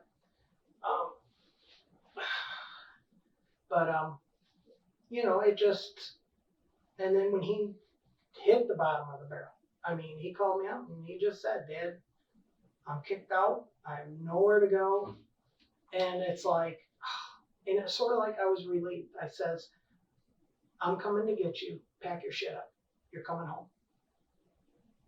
And the wife didn't think too much of it, but I said, he's coming home. And he stayed with us for a while, and he got his paychecks. And if I'm not mistaken, Cindy got his paychecks. And he had so much money a week to live on, and we saved it until he had enough to where he could get an apartment and stuff like that. So, I mean, she was involved with it at the end when he finally did the turn, you know, as much as I was, you know, and which was, I'm glad, you know. And it's just, but to sit here and say that I killed him, no. Well, like I said, I don't want to use that word because No, but it is. It's what it's I think all that- about. Carlson rambles on about how he was a strict but caring father who portrayed himself as someone who would never harm their child. Unfortunately, this situation occurs all too often, even without a motivation as strong as $700,000. I think that Or took his life, whatever you want to say. But yeah, took his like, well, but he- or took advantage. And I don't want to say advantage like it was something you got gain from, but but it wasn't. saw a circumstance where it could be done humanely and quickly, and did it. Because I'll tell you what, Carl, there's a party that's pretty hard. It's deep down. I don't know what happened to you when you grew up. Hard. I think you can be hard when you have to be. And I don't mean that in a bad way. I mean there's some people in this world that are capable of making very hard decisions and taking hard action. There's some people who aren't. Most people aren't. There's a 1% of the population can do Horrific when it's necessary. I, And that happens in the military. I- It happens. right, and I think it's I think some of it may be. I know you didn't grow up with the best of situations. I mean, we as hard as we worked, we played just as hard. We had snowmobiles, we raced them, we went to Disney World many times. We went to Daytona races. We did a lot, but as kids, we worked a lot, you know, and that's just the way we were raised. You know, you work hard, you know, and if you stepped out of line, oh Lord have mercy, you got knocked back in. So, But I mean, yes, the military in my field and which no longer exists because ICBM treaty, that, you know, it's either you live or you die. Point blank. It's like being a Navy SEAL. How do you think their boot camp is?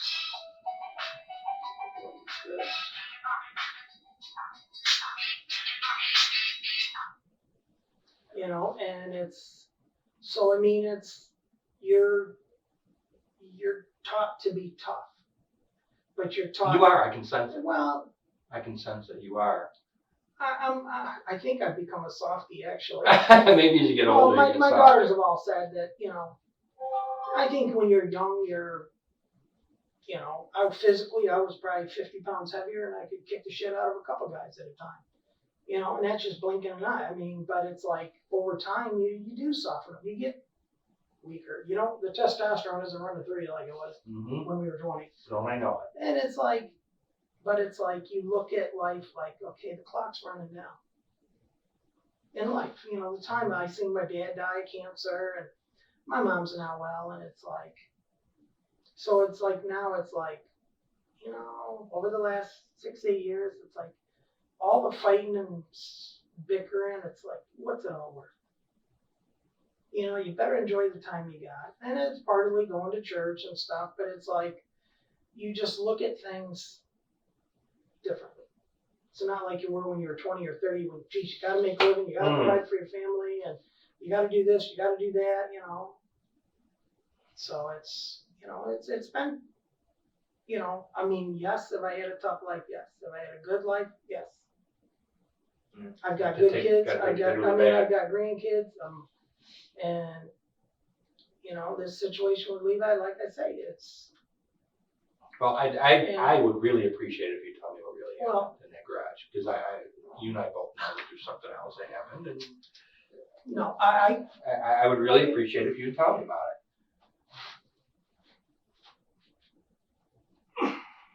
And I know, Carl, I'll tell you something, a little quid pro quo here. You know what that means? yeah, a little bit. I mean, I tell you something, you tell me something. I had one of my kids once was really sick, And, and if I could have helped that suffering, I would have taken her life. The detective tries to establish a connection with Carlson, but it doesn't work. Killing Levi wasn't meant to be an act of mercy. The only motivation was the money. Oh, I I would mean, have done it. if something like that, but the thing is Levi was turning around. I mean, But something happened, or you wouldn't have had to do it. no, I didn't do it. I mean, we can go round and round on that. We can, but and I if that's know. what you want to do, you can. But and it doesn't really make any difference to me which way. I mean, as far I as understand. I mean, that. And like I say, but you're not. I like you, Carl, and I don't think you're helping yourself here. I think you're trying to but the thing is, put on a mask here that's No. not really you, and it's. this is me. I mean, I'm beat. I'm tired. Physically, not mentally as much, because I can deal with the mental stuff, Well, I can tell that. Jesus Christ, it was like. but it's the physical stuff. It's the back. I mean, it's like take screwdrivers, put between your vertebrae, and have somebody twist them all day long. Get our age, we're like fucking used cars, man. Yeah, Parts but- have to be being Well, the replaced. thing is, though, is that I've been kicked by 2,500-pound draft horse, threw me through a cement block wall. I've been beat on, kicked on. I've been run over by horses. But it's what I do. It's like, why does the ultimate fighter go in there and get his jaw broke, his nose broke, and 2 weeks later he's back in there? It's because it's him. And me with draft horses, I've always loved them since I was before kindergartner. And I always told myself I was going to have a pulling team, and I've had the best in the country. And I've won many, many pulls. I beat the world record holders. I mean, I had teams that just were, most people, 99% of the people would never have a team even come close to the performance they could do.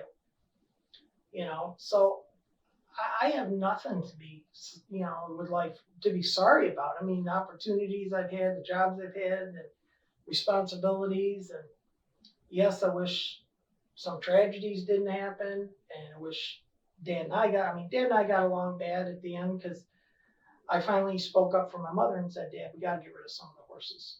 And it's like, who are you to say? Because he always said, well, if it's too much, we'll get rid of some. And I said, well, why don't we weed them out, keep a few of the good ones.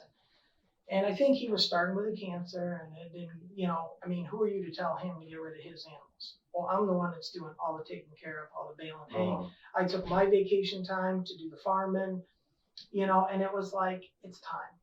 The horses aren't being taken care of well. We're not using them. Excuse me, John. Hey. How are you doing? Well, we haven't met before, I don't think, we haven't did a long time, but I don't think you remember me. No clue. Jeff Arnold. How you I doing? worked out of Ontario County. I'm an investigator out of Ontario County. Not quite sure. Don't mind me. I think I met And you. he feels better if he stands up. I move a lot. I met you, it was within days of your son's death. And I was investigating a matter involving your granddaughter. Did you ever hear anything about that? Okay. Let me just tell you what I'm here for, and then I'll let these guys talk. Okay. I just drove down from Ontario County. Can you sit for a couple minutes so I can just talk? It's tough for me to talk. Do you need me to step out, or? Why don't you, if you don't mind? Sure. I'm not. I'm going to take some notes as we go along here. that's fine. This is an old case going back to November 18th, 2008. You remember anything about that day a couple days before Levi's death? Do you remember what was going on in the life of your grandkids back then? Not really, because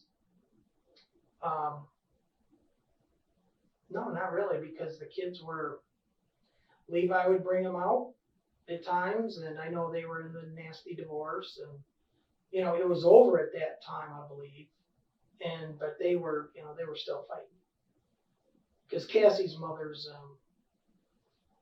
I guess as you say, if she was your mother-in-law, you wish to God you never married her daughter. I mean, she's F that right out. Well, I know her well. She's a bitch.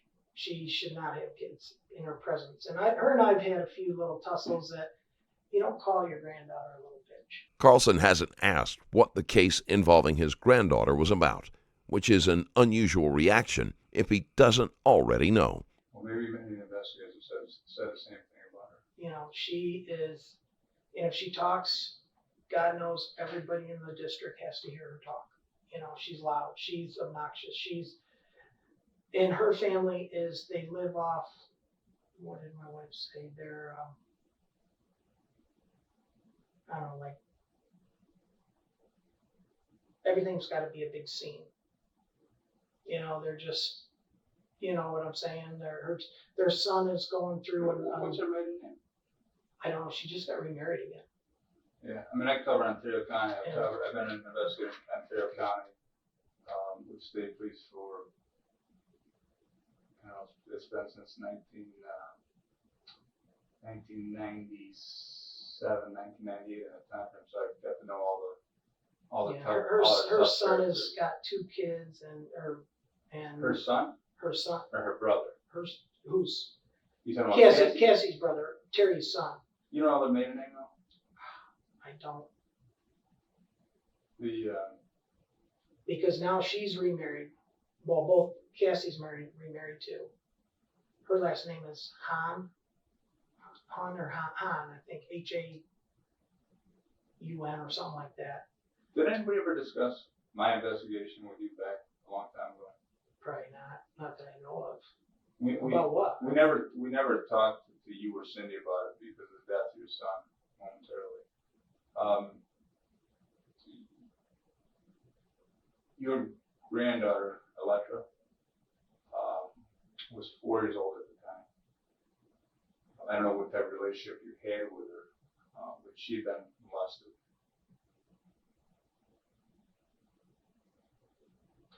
And there was always a belief on Cassie's part that you knew about it.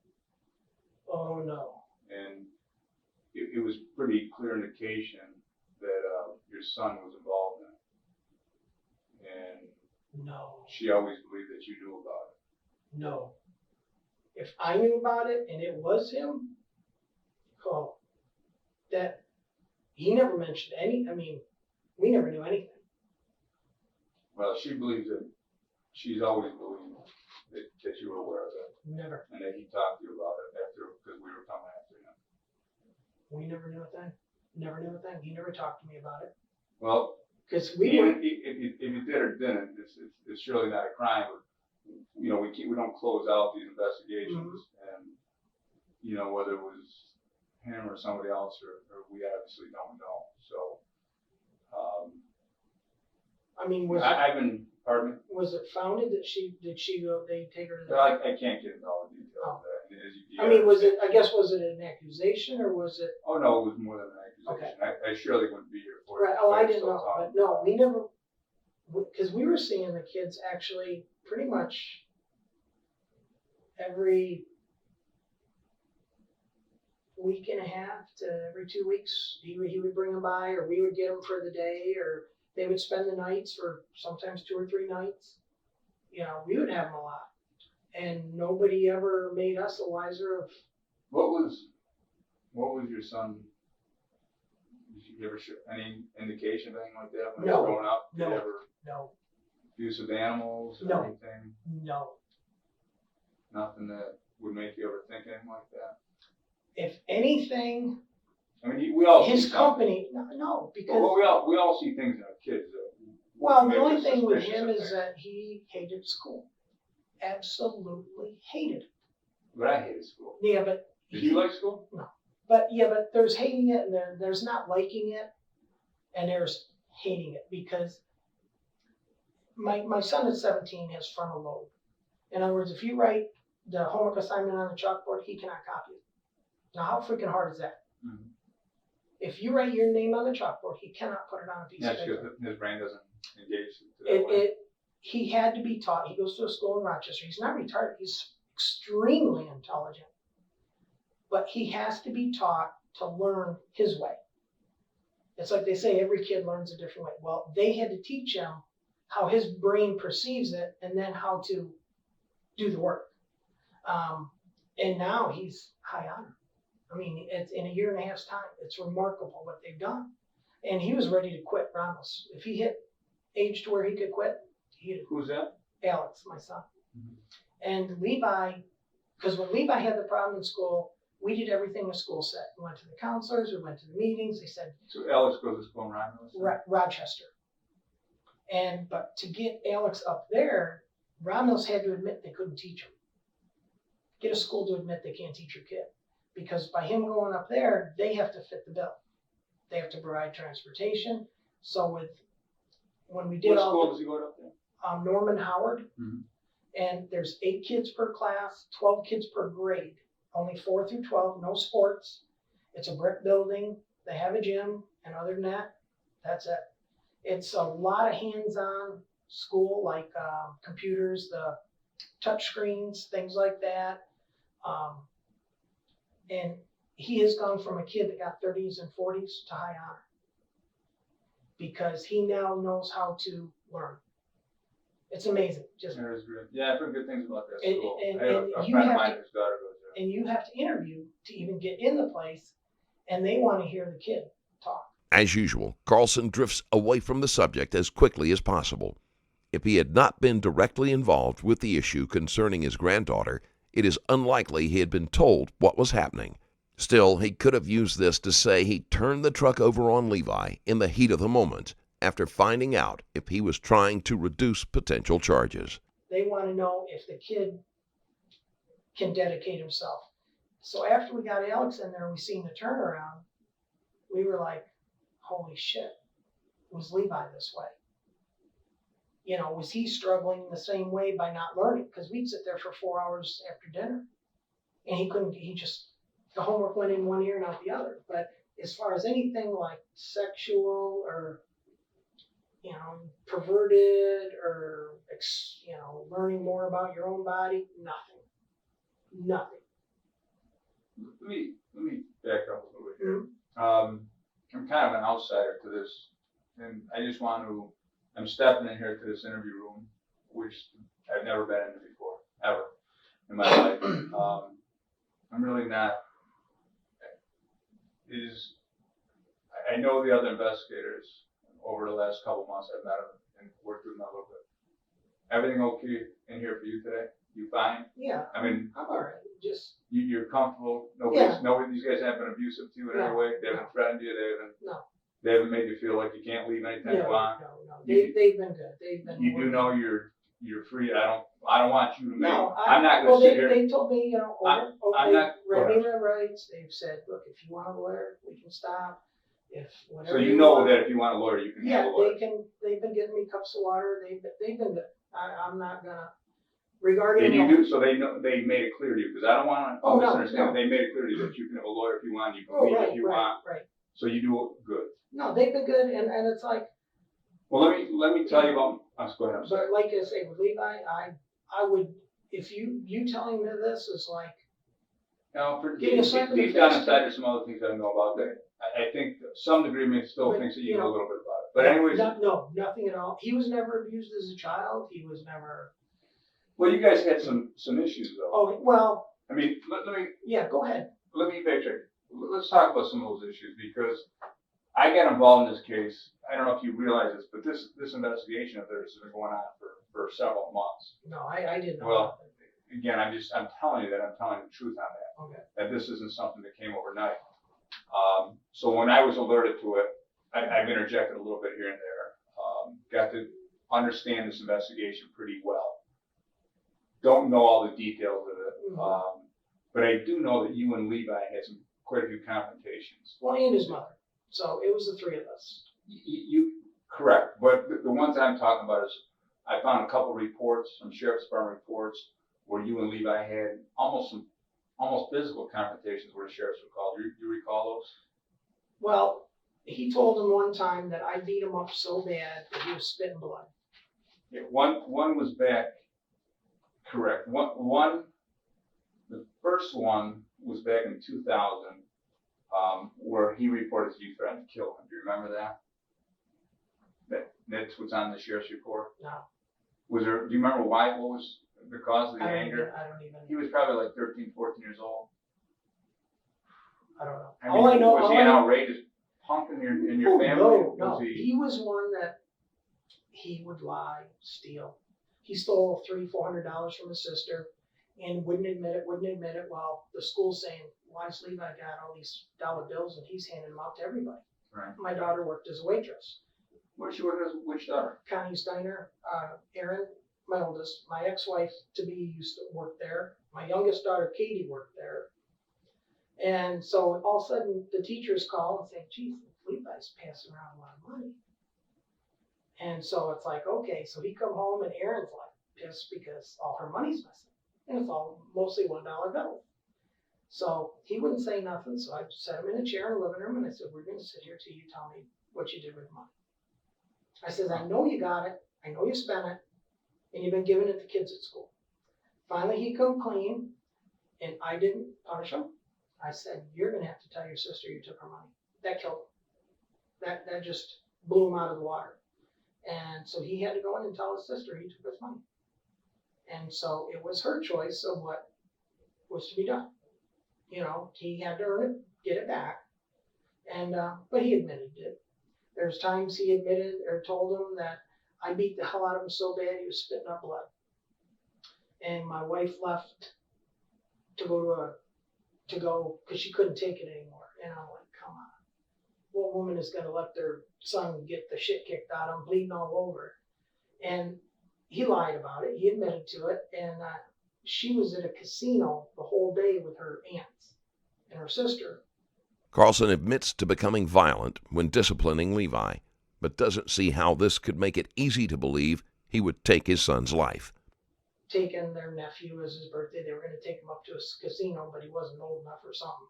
And so that was one occasion.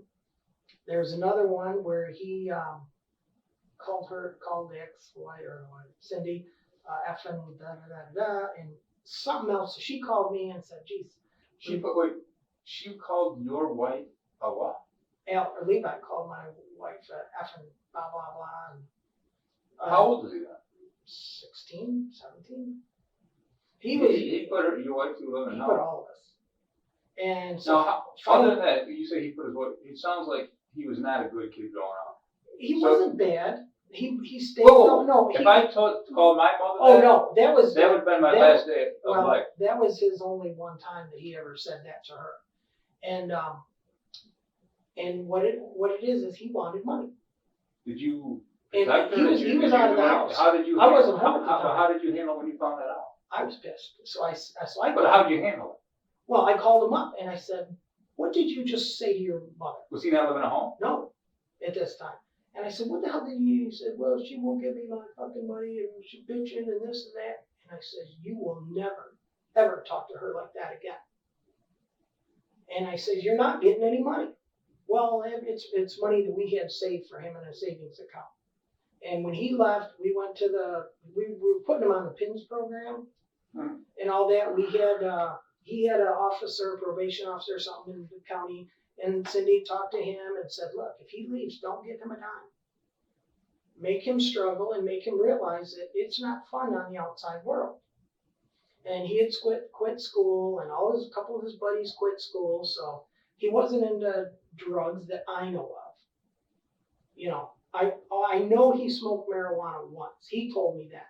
Oh, he smoked marijuana once. I think we both know that. Well, I know you want to safeguard the reputation. He told me once, but I says, I know damn well. But Carl, I know you want to safeguard the reputation of your son as I would with my children. No, I'm just. The realization is. Oh, we know you did. Your son, I've done an extensive amount of work on him. Mm-hmm. He wasn't that nice of a guy. Yeah. I mean, he may have had some qualities that were okay. But, well, the thing is, though, as far as what he ever told. The dark side of him, there was a dark side of him. Yeah, but the only thing I ever saw from him, and I'm being honest, is that when he wanted money that we saved for him, and the county said. Did you ever steal from your sister? Did I ever steal from my sister? She was a little girl. She didn't have money. Did you steal from your brothers? I think when I was in kindergarten. Yeah, but did you steal $300 when you're, Oh my God, no. Right. They didn't have it, but if they did and I stole it, they would beat me to death. Those behaviors at a young age. Well, he was 16. That's what I'm saying. But those behaviors aren't learned behaviors. Sometimes they're just genetically predisposed to be No, like that. I never stole, because if Right. my I father don't ever think- found out, I doubt your wife, and again, your deceased wife, the mother of Levi, I doubt she was like that. oh no. But sometimes two genes come together and make a human being that have some issues. I think Levi Well, he's her- considerably different than the rest of your family from everything I've studied. I don't see any similarities Yeah, between he's- you and him. right. I don't see any He similarities between. got into the Gothic trip because of Cassie. Kathy was into Gothic. Well, The black goth. fingernails, and it's like. but he got the started stealing piercings. long before he got into the goth. Oh yeah, he was stealing. He was doing drugs before the goth. Well, when he was at home, he wasn't doing drugs that we knew, Right. but he left when he had just turned 17 or something. Right. And he stole the money. Other than that, if he stole anything, it'd be loose money that, dollar here from us that I knew of. Can you imagine stealing from your father? If your father was like my father, he'd have kicked your ass to the moon. He wouldn't have wasted a bullet on him because he would have beat you to death. Right. That's my point that I'm saying. Yeah, and Is that the but realization at is the that point, we'd already been through the child protective enough to where, I'm not here to tell you, I'm not going to lie to you and tell you that I had a love affair with your son Levi. I'm not telling you that No, Levi was a no, great kid. no. So I'm not but what going to I'm be like saying though is whatever. that we knew that if I laid a hand on him, which our dads would have beat us to death, CPS is gonna have me by the balls because, In today's world, probably right. but even back when he was doing it, because Well, that was he not long turned us ago. in, he turned us in, and it's like, so now I can't, and I asked He turned into CPS, CPS, did he? oh, many times. There wasn't a lot of love lost between Carlson and Levi. The money was the motive, but the strained relationship made it easier for Carlson to go through with the murder. And every time he. Coming at them make it like live in hell. CPS Um, coming at you is like is like the a wife mafia. had a nervous breakdown. Cindy had a nervous breakdown. Between you and I, she pissed her pants and went on the kitchen floor. She just freaked. She couldn't take it anymore. The family's all seeing. It had to be hard on her. It's hard on all of us, and it's like even his sisters, because he was different, but all his buddies dressed a lot the same way. He was in that group, and that group was all like him, quitting school. Yeah, they were doing drugs. He told me once he smoked marijuana, but I know better than that. I knew the kids he was hanging with. I'm not stupid, and but every time he turned us in, it was proven not guilty. Every time, every time. Yeah, still report on your record though. Yeah. It's there forever. And I says, it's not fair that we get accused of something. It stays on our record, and he gets to walk home clean because he lied. And they said, well, that's the system. And there was one time that he grabbed me, I grabbed him. We never punched. We just had a hold of each other. I just gotten out of the hospital with back surgery. And he had called his mother, everything under the sun. And so I called him, and he had just left our house. I was up in the barn. And so he come back, and I says, what did you tell her? And he got all defensive and got in my face and started, pushing me back a little. Well, here I just had back surgery, so I grabbed a hold of him, and we never punched, and it ended. And I said, well, don't come back. How old was he then? 17 and a half. And I said, look, I says, you're done. Out of the house, don't come back till you're ready. And then, but off and on the next couple of years, I was one that I knew he was struggling as a kid, and it's like I would slip him a little money. He'd come out and help. He finally came back, and he apologized, but still the damage is done, and he would come out and I'd say, You forgive, but you don't forget. right. You never forget. And it's your kid. How can you? Kind of like that with marriage too, right? Yeah, but you Yeah, can't. a spouse does something to you. If a spouse had an affair on you, you could forgive, but nobody's gonna forget. No, you never do. And so it's like, so we sit there and him and I talked, and I said, look, I says, I'll help you get a job. I was running him when his car broke down. I was getting up at 3 a.m. to take him and his wife to their jobs over on the east side of Canandaigua. I'd come back, go to work, go back in the afternoon and pick them up. I was running all over with them. And it was like, it's not because I wanted to, it was because he needed the help. And then finally they divorced, and you know, he was coming out to the house a little more, and probably for money, but I'd give him like $10, or you know, I'd give him enough mainly for gas to come out and help me do things. And then finally he tried getting into Guardian Glass, and they wouldn't even look at him.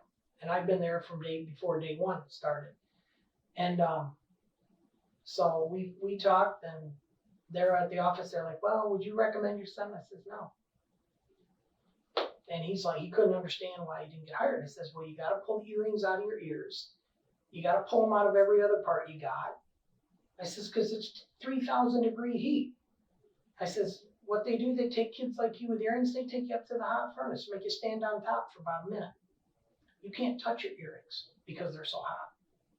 So, and I says, "Plus, you know, you look like hell." He goes, "Well, they can't not hire me because of my earrings." I said, "They're not going to give you that excuse why they don't hire you, but looks are everything. If you look like a freaking young moron and an ass, they're not going to hire you. They're not going to spend the money in training you to run $1 million computers to pack glass." And so he finally started changing his ways and was doing better. And I says, "All right, go down and put an application in, and I'll talk to him." And I did. And I put my reputation on the line, which at that time I was almost like God down there. You know, I mean, I run every piece of equipment. I knew every department. I trained almost everybody in the building. Carlson has an extremely high opinion of himself that does not match how friends and coworkers view him. And it's like, and I said, they were like, "Well, are you going to vouch for him?" And I says, "Yeah." And I told Levi, I says, "If you ever not show up for work, even if you're sick, have them send you home sick. If you're shitting or puking, whatever, you come to work. Let them make the decision," because we had a hospital room in there. I said, "Let them make the decision. That way you can show them you really want to work." And he did. And How long did he work there for?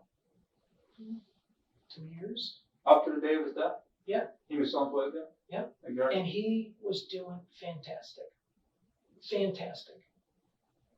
You know, I mean, he saved them millions. He found a defect in some of the glass. And our lasers that are worth millions of dollars couldn't pick it up. But he luckily saw it in Were you still working reflection. at Guardian? When you passed away? Yeah, it was like, I've been out of there for like 2 years now, 2.5, because I'm 100 declared 100% disabled. I've got a very expensive computer in me and batteries, and It made you run faster? Or? no, it just makes you take more drugs. I got wires that go from my brain to my spinal cord. They've just did God knows how many surgeries on my shoulder. So it's tough. I've only been talking to these guys for the last few days extensively about this whole investigation, and maybe while I'm talking, let's clear up some things. Yeah. I was just talking to Investigator Crowley out there while John was in here with you, and I just got here, was hoping maybe, or Tom was asking me maybe I could talk to you. Mm-hmm. So I'm going to set aside what I originally came to talk about. Okay. There's kind of a chronological order of events at Investigator Crowley, and I'll call him Tom because I know him by Tom, okay? Okay. And probably you talk by Tom. But Tom was telling me about a fire with your first wife that concerned him back in, what year was that? 90. 1990. December 31st or January January 1st. 1st. Yeah. Of 90 or 91? Maybe 91, I think. 91. Okay. So that fire caused the death of your wife, correct? Right. And the fire, according to him, it started because you spilled kerosene in front of the bathroom. Well, the dog and the wife did. The dog and the wife spilled kerosene. She carried kerosene in for the kerosene heaters we had. Oh, so they carried kerosene in for the kerosene heaters. Right, and the kerosene jug was there. We had a Dalmatian pup. So you had a kerosene heater in the house, and they carried this in, and they set it in and the... it sat there. Well, the dog tipped it over, and it went. So what kind of jug It was was it? just a plastic jug. Like a bucket? No, the regular Like a gas can bucket. Like Yeah. gasoline with a spout on it? with a spout on it. Yeah, those plastic ones. So it's full of what, 5 gallons worth? 5 gallons of kerosene. And the dog ran it, bumped it and over. tipped that over. And this was like, So you were heating with a kerosene heater, and that's what why she brought the kerosene in. right. And because it was an old chow hall turned into a home. And out there, I mean, granted, winters aren't cold, but they're a bitch, you know, because the houses aren't insulated like we are here. And the house got cold, so we used the kerosene heater because we had a wood stove going, but I didn't like it. You know, we only burned it when we were out in the living room or we're right there. And somehow the dog, I don't know, I was at work, the dog tipped it over and it spilled, I don't know. So the dog tipped the kerosene over. Right. Was that how the fire started? No, it spilled, and then the fire never happened for like 2 weeks maybe. So 2 weeks after the kerosene spilled? Right.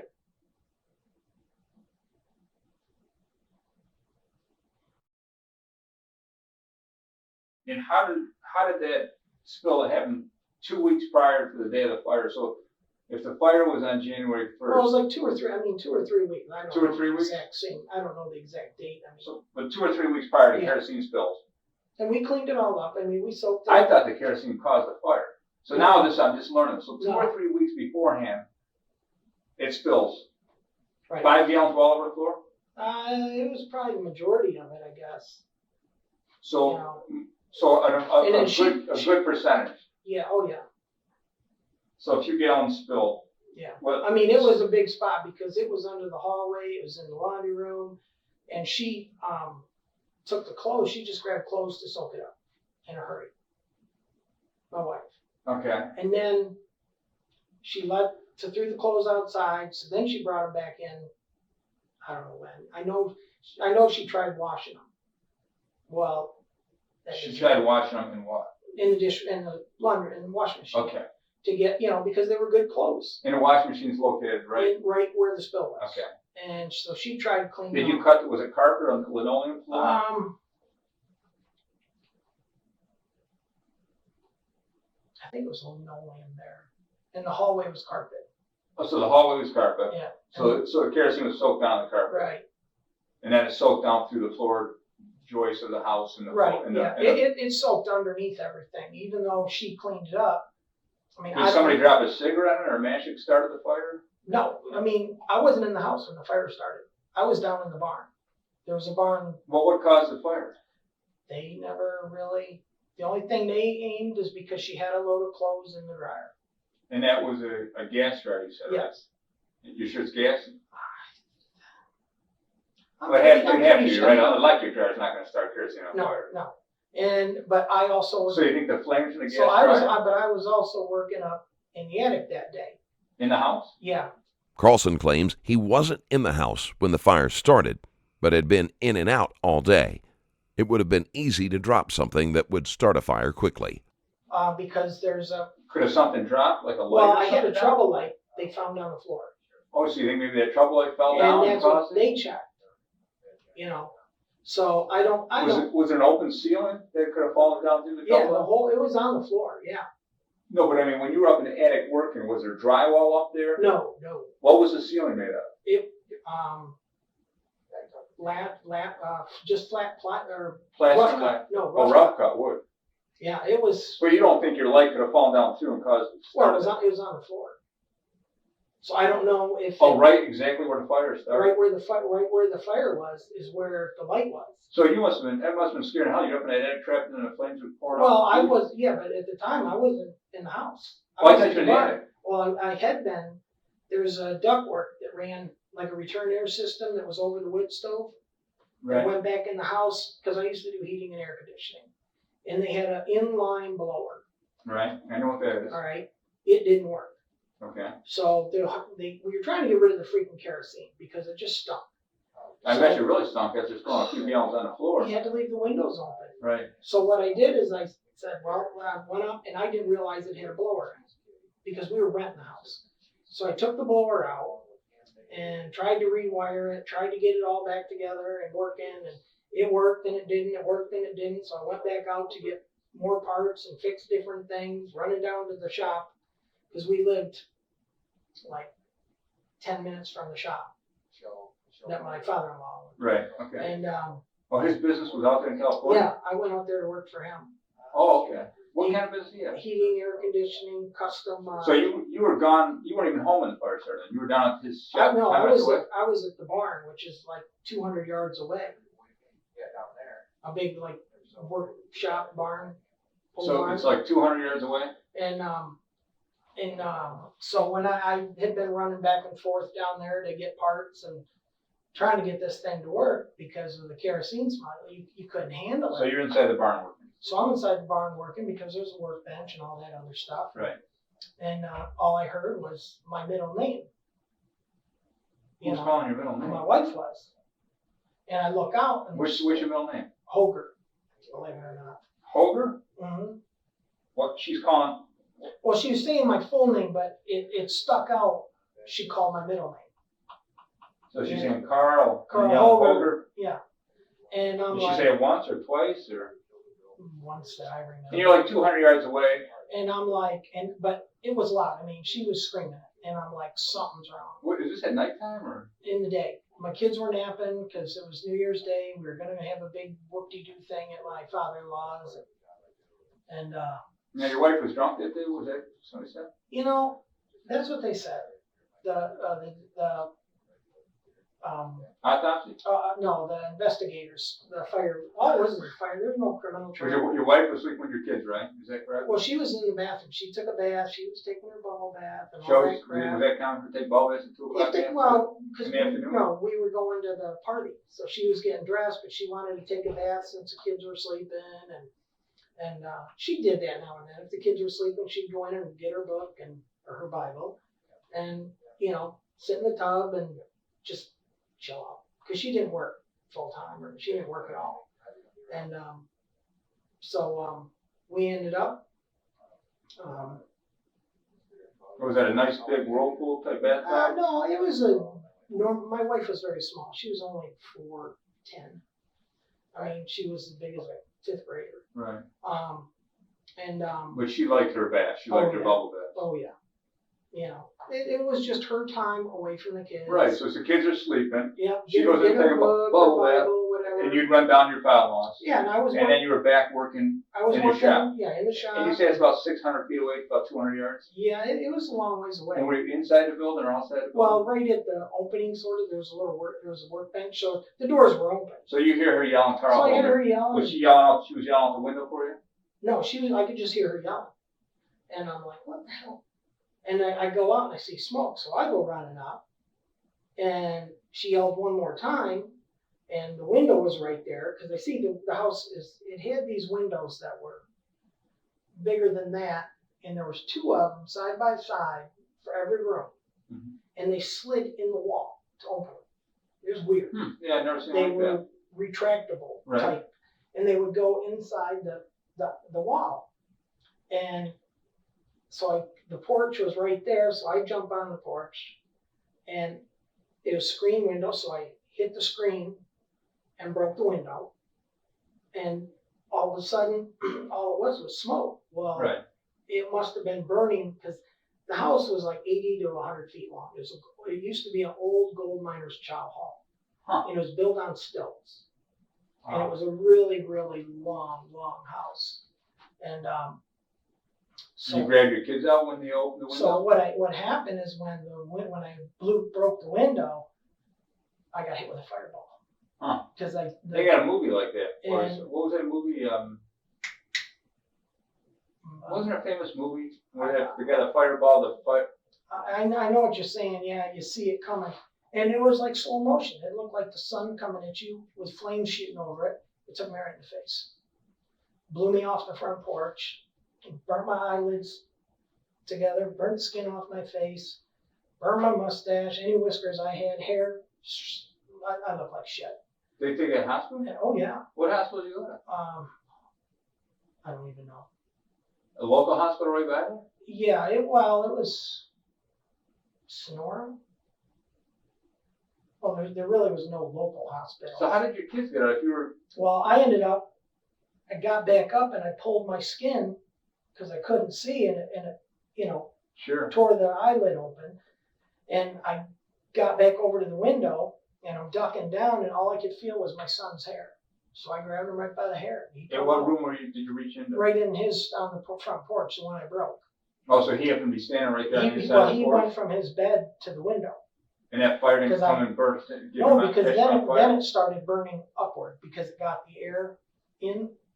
And so then, So it wasn't burning over towards that way, once It the was fireball it came, was but a little it didn't bit- light anything that way? no, it just came through because I think it got the whiff of air or whatever. Yeah, I don't know how those, I'm not a fire guy, don't know anything about So I got him out, took him to the truck, and went around the other end of the house and got the window open and yelled to my daughters. it. Do me a favor so I understand this. If the house is long, is it rectangular? It's just, yeah. Like that, right? Mhm. Where's the front door and porch? Can you draw that on there for me? Because I'm really not following There's this. the porch, there's like a big sliding window here and another one here.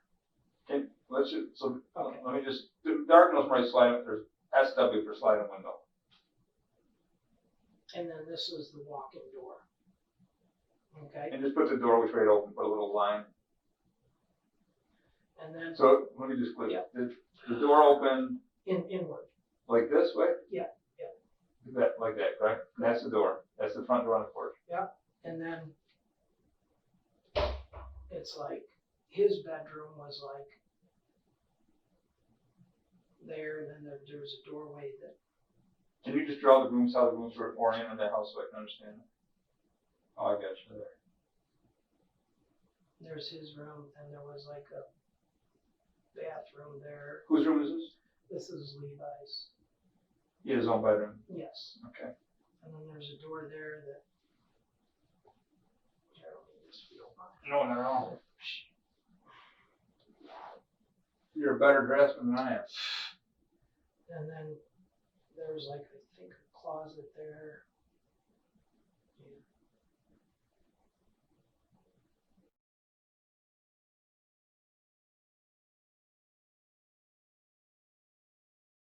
And we had our bedroom. Sort of weird. It came down the hall. Let me grab this wall.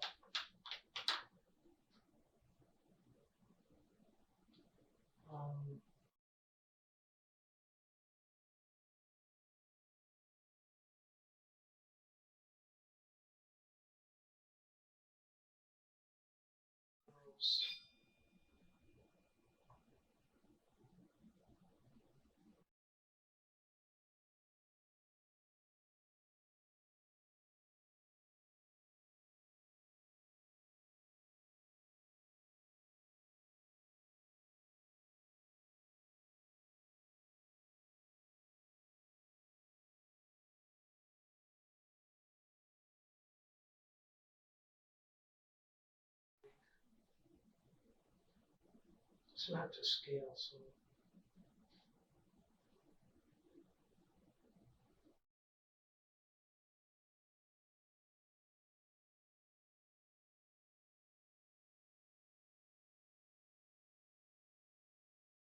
Kitchen was.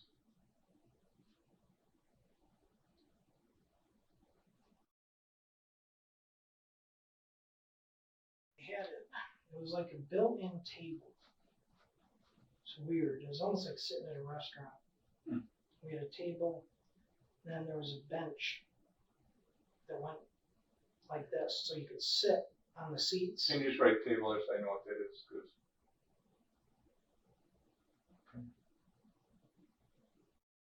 Carlson is so caught up in telling his story that he hasn't bothered to wonder why the detective would be interested in the death of his first wife. Then we had a wood stove.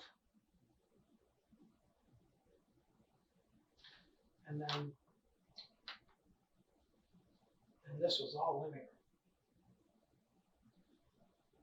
So can you just put in where the windows, where they were oriented in the house? Just kind of do a little box like you did there, but maybe a little box.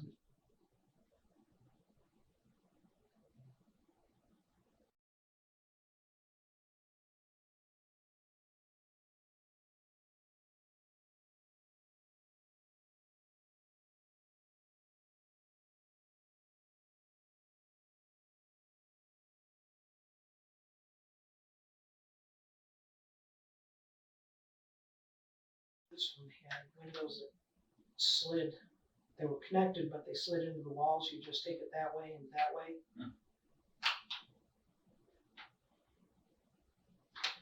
I know there was one over here somewhere. And this had an outside door.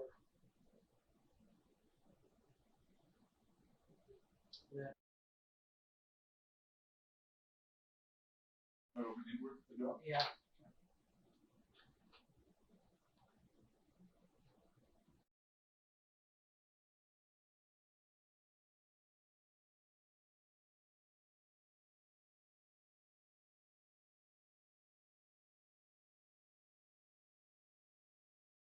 These were just big single windows, and they slid into the wall by themselves. You just put a W for a window, so I know that. And they were like, 6 feet wide. So was there a window in the bathroom? There was one that was like extremely, extremely, extremely small that you couldn't throw. You might have thrown a year-old out, but that's it. I mean, it was small. So when you hear the fire, I'm down. There's a barn way down. so you're over here, and you come up. You don't hear the fire. You I hear hear her. I hear her voice. I hear her. yelling, Carl Hoger. Karl Hoger. So you come up on his porch I here. come up to the porch because I was gonna go in there, but I couldn't even see through the glass. There's a glass door. So you didn't open the door I here. didn't open the door. His window was right there, so I just punched the screen, and then bang. And then you get hit with a flash. In Levi, He was right there. He was right. so you come back, you peel your eyes open. Yeah. You got thrown backwards, you said? Oh, right off the porch. Thrown off the porch with the explosion. And then when you came back, where was Levi in the room? Can He you was right put by- a he was little X and put Levi? So Levi's right here. Yeah. So I just grabbed him right by the hair, and I mean he was fine. I mean, No, go ahead. he was fine.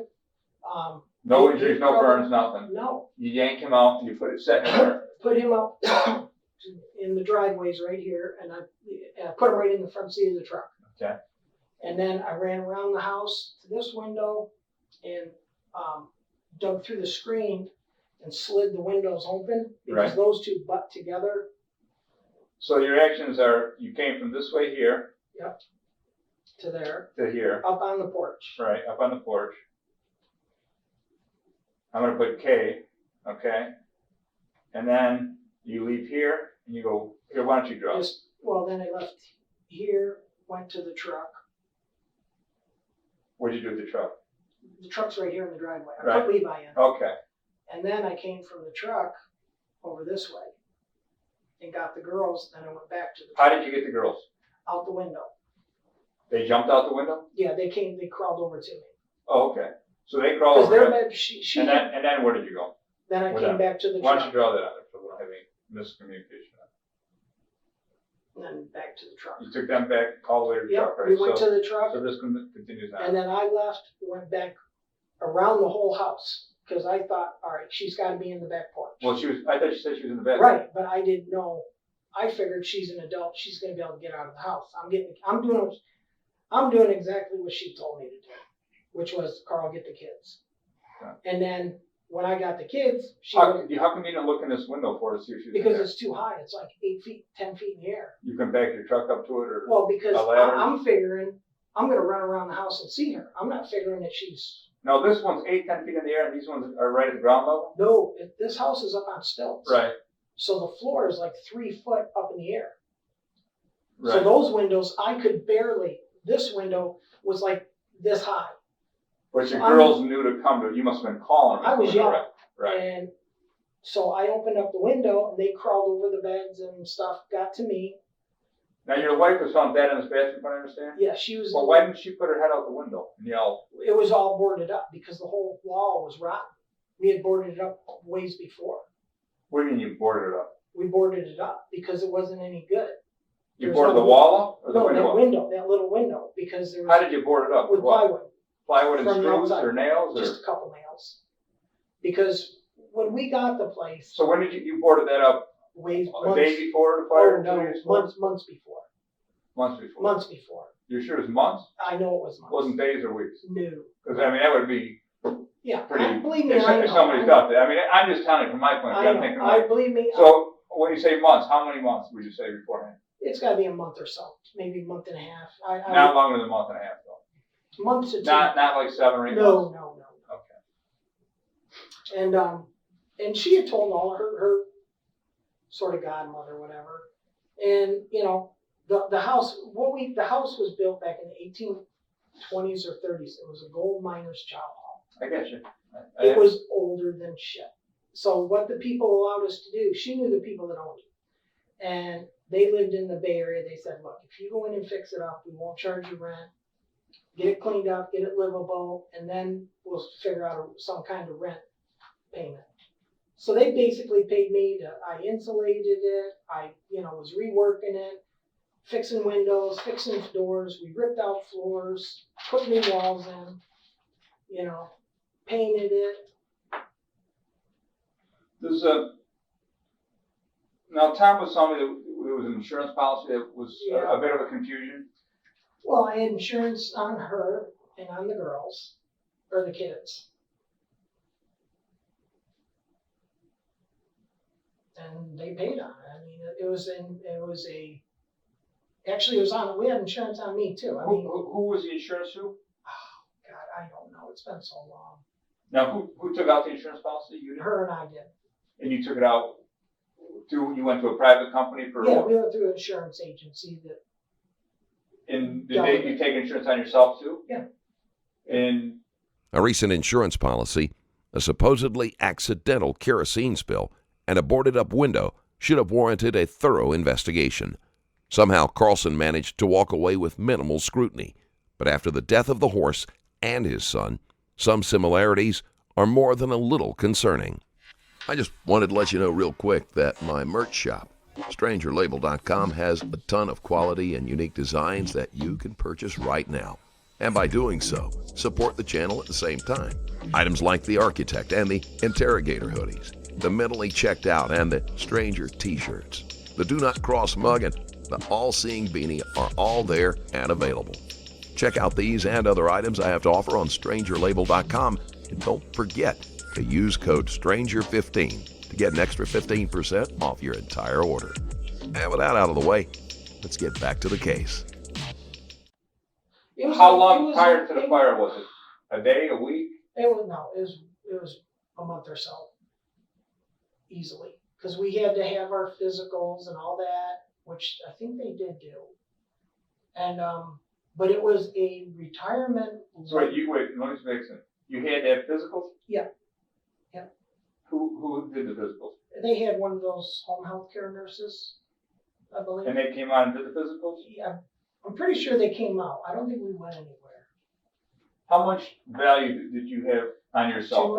200 on her, 200 on me. 200,000? Yeah, and then 50, I think it was 50 on each one of the kids, which they recommended because I don't know why. Oh, because I think they could borrow from it for college. I think it was one of those college. Was this a term life or a whole life or a universal life? I don't know. Was it like an investment plan along Yeah, the way? I mean, it was like a retirement type thing too.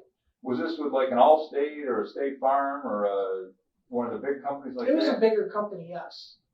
It wasn't a rinky-dink little place. I don't know who it was with. My memory is not the best. I mean, I'll tell you, you did great well, drawing the picture of that. Well, it's not to scale by any means, but it's like I told them, I've been on methadone and every other kind of drug with my back for years and years and years. And it's my kids and anybody who knows me about shit. My memory of what it is now and 2 hours from now is, and I'm tired and I need my drugs. I hate to say it. Well, I mean, I know. you're not a drinker, right? No, don't drink and don't smoke, man. I tried drinking one beer once with my medicine. Never do it again. I was never so sick in all my life. I'd like to just finish clarifying things here. That's fine. This fire, Mhm. the death of your wife, When did your wife find out about the insurance policy that you took it out on her? She was with me. She was with you? Yeah. She went to Kids, take out the policy? everybody was. Okay. Do you know who the agent was out there at the I time? don't- Was it I a don't. local agent? I mean, you drove down there, you had to, was it somebody in the neighborhood? Was it somebody 200 miles away? No, I think I mean, I haven't got the record yet, but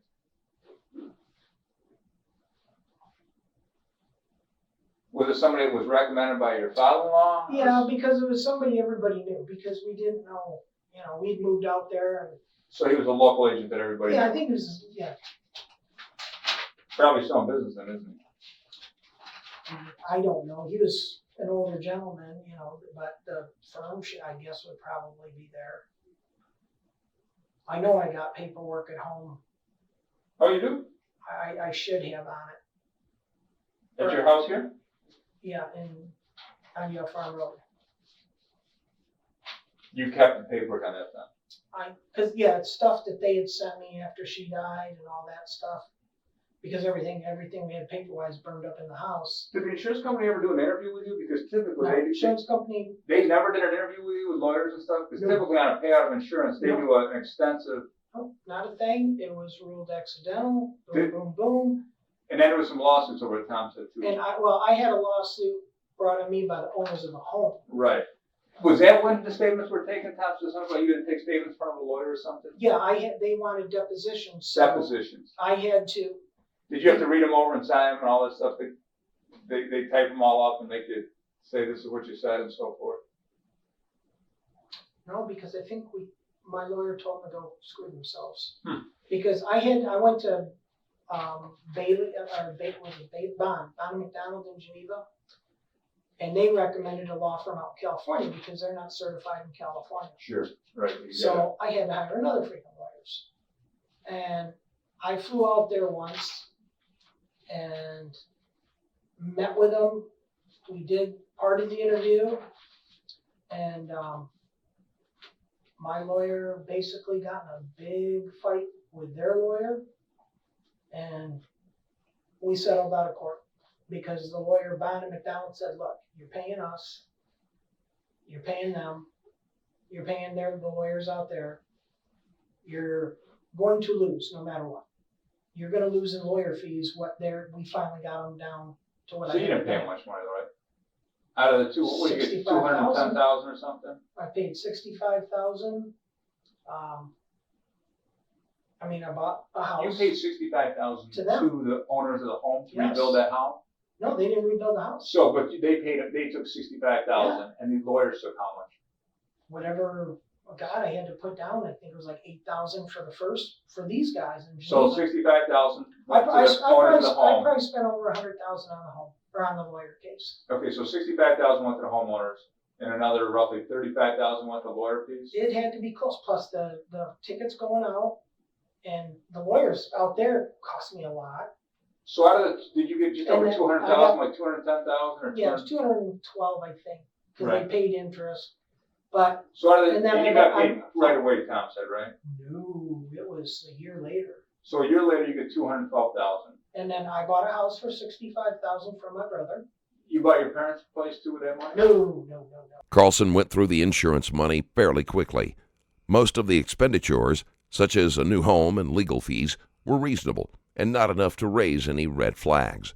Oh, so you bought a house out here for $65,000? I bought Okay, a- my misunderstanding. I I bought thought a- Tom said you no. bought your parents' house for this I money. bought the house from them when I sold this house later on. But I bought that house. I bought a truck, pickup. And, but I ended up pretty much broke,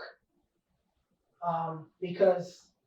Right, all the fees, right? Well, you got. Out of the number 200,000, one, 100,000 went I away. bought the house, but then we had no clothes. We had no furnishings. Right. We had nothing.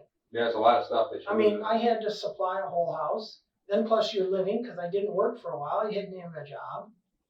And then paying everybody back that I borrowed money from, because I borrowed money to live on, because. Where did you live out in California after the house burned down? Did you stay with your mother and father-in-law? Yeah, I stayed with my father-in-law. How long did you stay there for? A few months before you Oh, moved back here? like 10 days. My brother and my sister-in-law come out. So and, 10 days, you just had it right out of California? You it came right back to New York? was their decision. Whose decision? My brother, they come out with tickets. Which brother is that? Mike, So Mike came back. Mike and my sister-in-law Jackie, and So Mike and Jackie came they out. come out. My dad wanted to come Was out. Jackie and Mike, are they close to you? Not anymore. Were they back then? Yeah. But they come out. Was Jackie and your wife close? My first wife, oh yes, Yes. very close, very close. And So they didn't want you in California anymore. They want you to come back? Dad was, I don't know if you ever knew my dad. Never knew Seneca that. County Highway Supervisor. I've heard He that. was a tough old son of a bitch. And he's like, you want me to come out there? And he was sort of like, he's going to kick everybody's ass, or, just being the, and I'm like, I'm burnt, I'm tired, I'm hurt, I'm wearing clothes from everybody that has donated them. And somebody took the kids. I didn't see the kids for 2 or 3 days. Really? Yeah, because I was a wreck. What did you do? What did you do when your brother and sister-in-law came out? Cried. I mean, where did you sit? Did you sit around the house, or? I laid on the couch folded into a bed, and I slept on it for 2 days. And you stayed right there until the minute you came back to New York, or did you Yeah. finally get up and do anything? No, I stayed right there. You didn't even get to. I mean, we had funeral and all that stuff and everything else, but I just, That was it. I was trying to heal up myself, but I was a freaking train wreck. I mean, I lost everything. So Mike and Jackie, They come out. they came out, Because and they just came out to console you. They didn't come out to visit California or anything. They come out to haul my ass back. They were coming out sightseeing, No. They were coming out. They were coming out. You're coming home. That's what I was told. and that's it. Yeah. And you guys, you Didn't have nothing to say about you it. didn't get to spend any good time with them out there, did you? Oh no. That had been a tough time in life. It sucked. It still sucks. Sure, I imagine you can't. I mean, because Levi, a lot of his problems is Lost your mother, right? he lost his mom, and the world owed him one, and somebody better give him one. I put him in counseling from the time we got back. I went to counseling with him, and he had a chip on his shoulder, and he wouldn't let go of it. Levi always believed that his father killed his mother. He and his sisters watched him as he stood there and watched the house burn without trying to do anything to save Christine. Tom was saying there was some of his concerns he was telling me tonight is that there were some other fires, like a car fire you had and a barn fire, and cow fire, something that were. Yeah, I had a barn fire, but they proved that was What was the barn fire? it ended up being the barn had cloth wiring in it. Really made out of cloth? Yeah. Wow. It was like back from God knows when. And, it was the old hand-hewed beams. And Those are tough old beams too. and one of the beams was completely burnt through. Really, I've never seen those things burn. They burned it right through, huh? Burned it right The through. electric, you think, arced up? And so, the fire department, they come in and, barn fire, normally electric, and I told him, I said, well, my dad and I, we got the electric on in the barn with the radios on because we wean the colts. When we raised Belgian draft horses at the time. Oh, yeah? When you wean them, you take all the radios you got, you turn them up on full blare because the babies are going to whinny all night long. And if mommy hears them whinnying, mommy's going to break through every fence to get to them. Huh, I never knew that. Oh, it's just, you took their babies. So how many of the horses were in the barn? We had 4 total, 3 babies and a big mare. And the big mare was in there to sort I'm sorry, 4 babies? 3 babies. 3 babies. 1 big one. And you got the radio up, and you think that caused the fire to radio? No, because it happened in the old part of the barn, where the babies were. It was all new box stalls, new wiring, new breaker box, and everything. Where the fire happened, it was down in the barn farther. Was this a daytime fire or nighttime No, fire? nighttime. What, a passing car see it as they were driving by? A state trooper, when I come out A of the state trooper house. saw it? I didn't know that. When I come out of the house, the state trooper was coming down the road. Did the state troopers call you, and that's how you got No, over? I heard a crackling like a firecracker popping. Enough to And I wake looked you up? out, yeah, I don't sleep much anyway. So you hear this pop, pop, And I pop. look out What and time I of see- night is it? I don't know. It's at night. It's after midnight. And So you wake up to the sound of a I cracking. wake up and I see a little orange glow in the yard, and I think, that's awful. You're on the first floor then, Second floor of my house. and you can see the yard from your. From just out my window. Oh, so you got up out of bed to see So what I it got was. on my bed and I'm like, man, that's awful bright light. So I went downstairs and all of a sudden it's like I see the barn, I see the glow in the snow from the barnyard, out in the barnyard, on the opposite side of the barn, say. Right.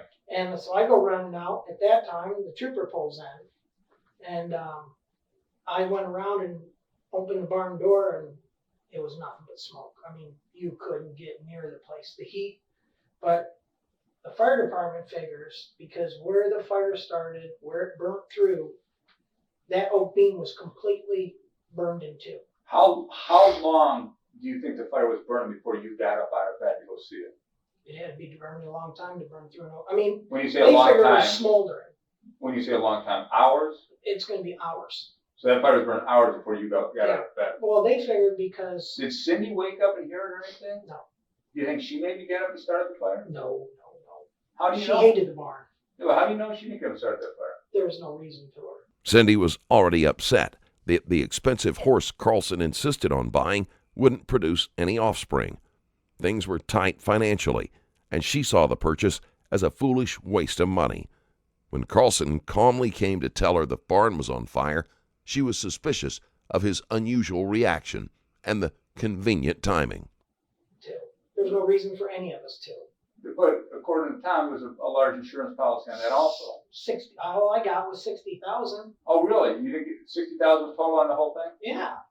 including animals and contents and everything. Dad had machinery in it. He had some insurance that he got. All I got was 60,000. That was with. Oh, I thought he said it was like 100,000 because you had like the animals insured for like 30,000. No, I had one animal insured for 20. She was the largest mare in the world, 3,200 pounds. Never won life lottery. So that must have been one expensive horse. How much was that horse worth? Would you pay for that? Realistically, she's probably worth about $80,000 to $100,000. So you had to wait underinsured. Oh, I didn't pay quite what I had her insured for. So you paid like what, 18, I paid 19,000? 18,000 you paid for the horse? But I buy and sell drafts. We used to raise them. I used How, to buy wasn't there some horses. other horses burned up in the fire too? That was her.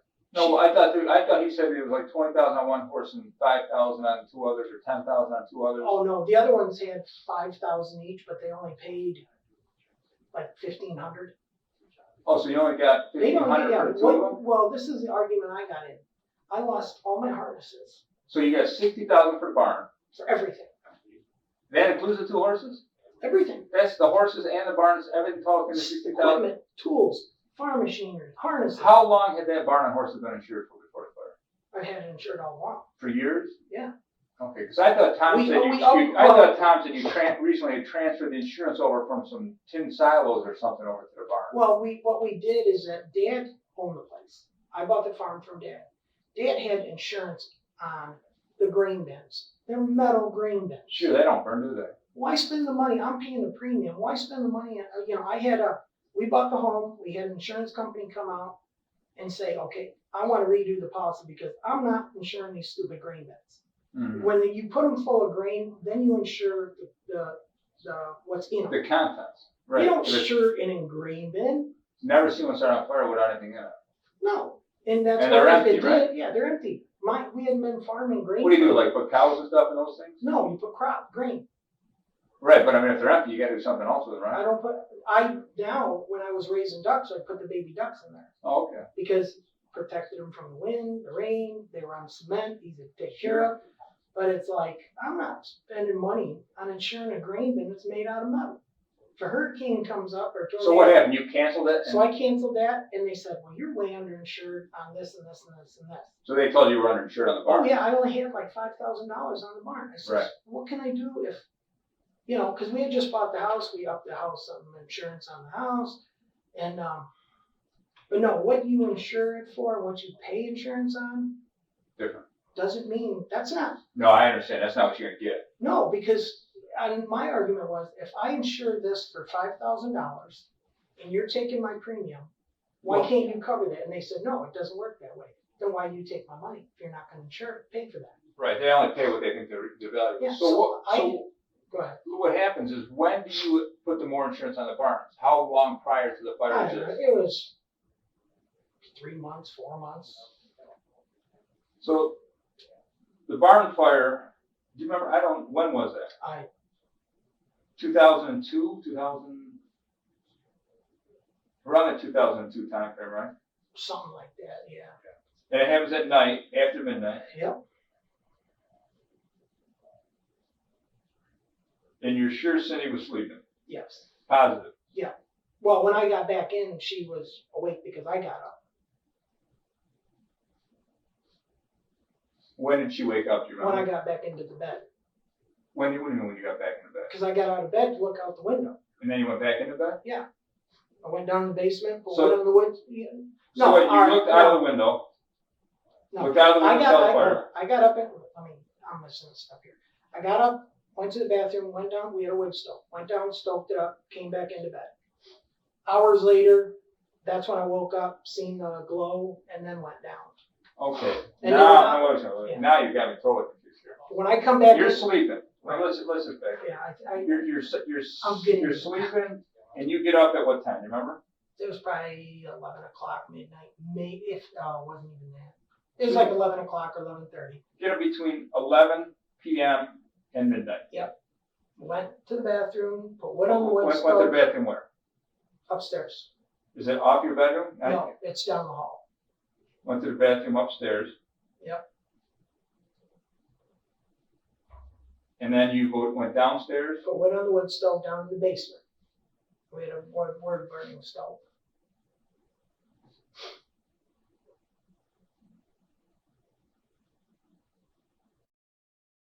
Okay, so you put wood in the wood stove, Mhm.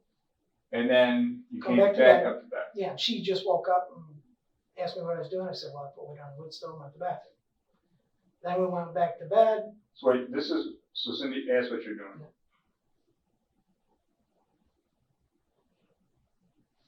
And you told her you put wood on the wood stove. Yep.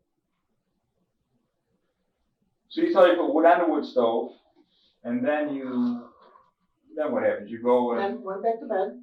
fell asleep? Oh, I fall asleep in 2 seconds. You're a sound sleeper. No question. I fall asleep standing up. So you fell asleep. How long did you fall asleep for? Whatever, a couple hours or so or better. Till like 2 o'clock in the morning? Yeah, it was 2 or 3, I think, on the fire.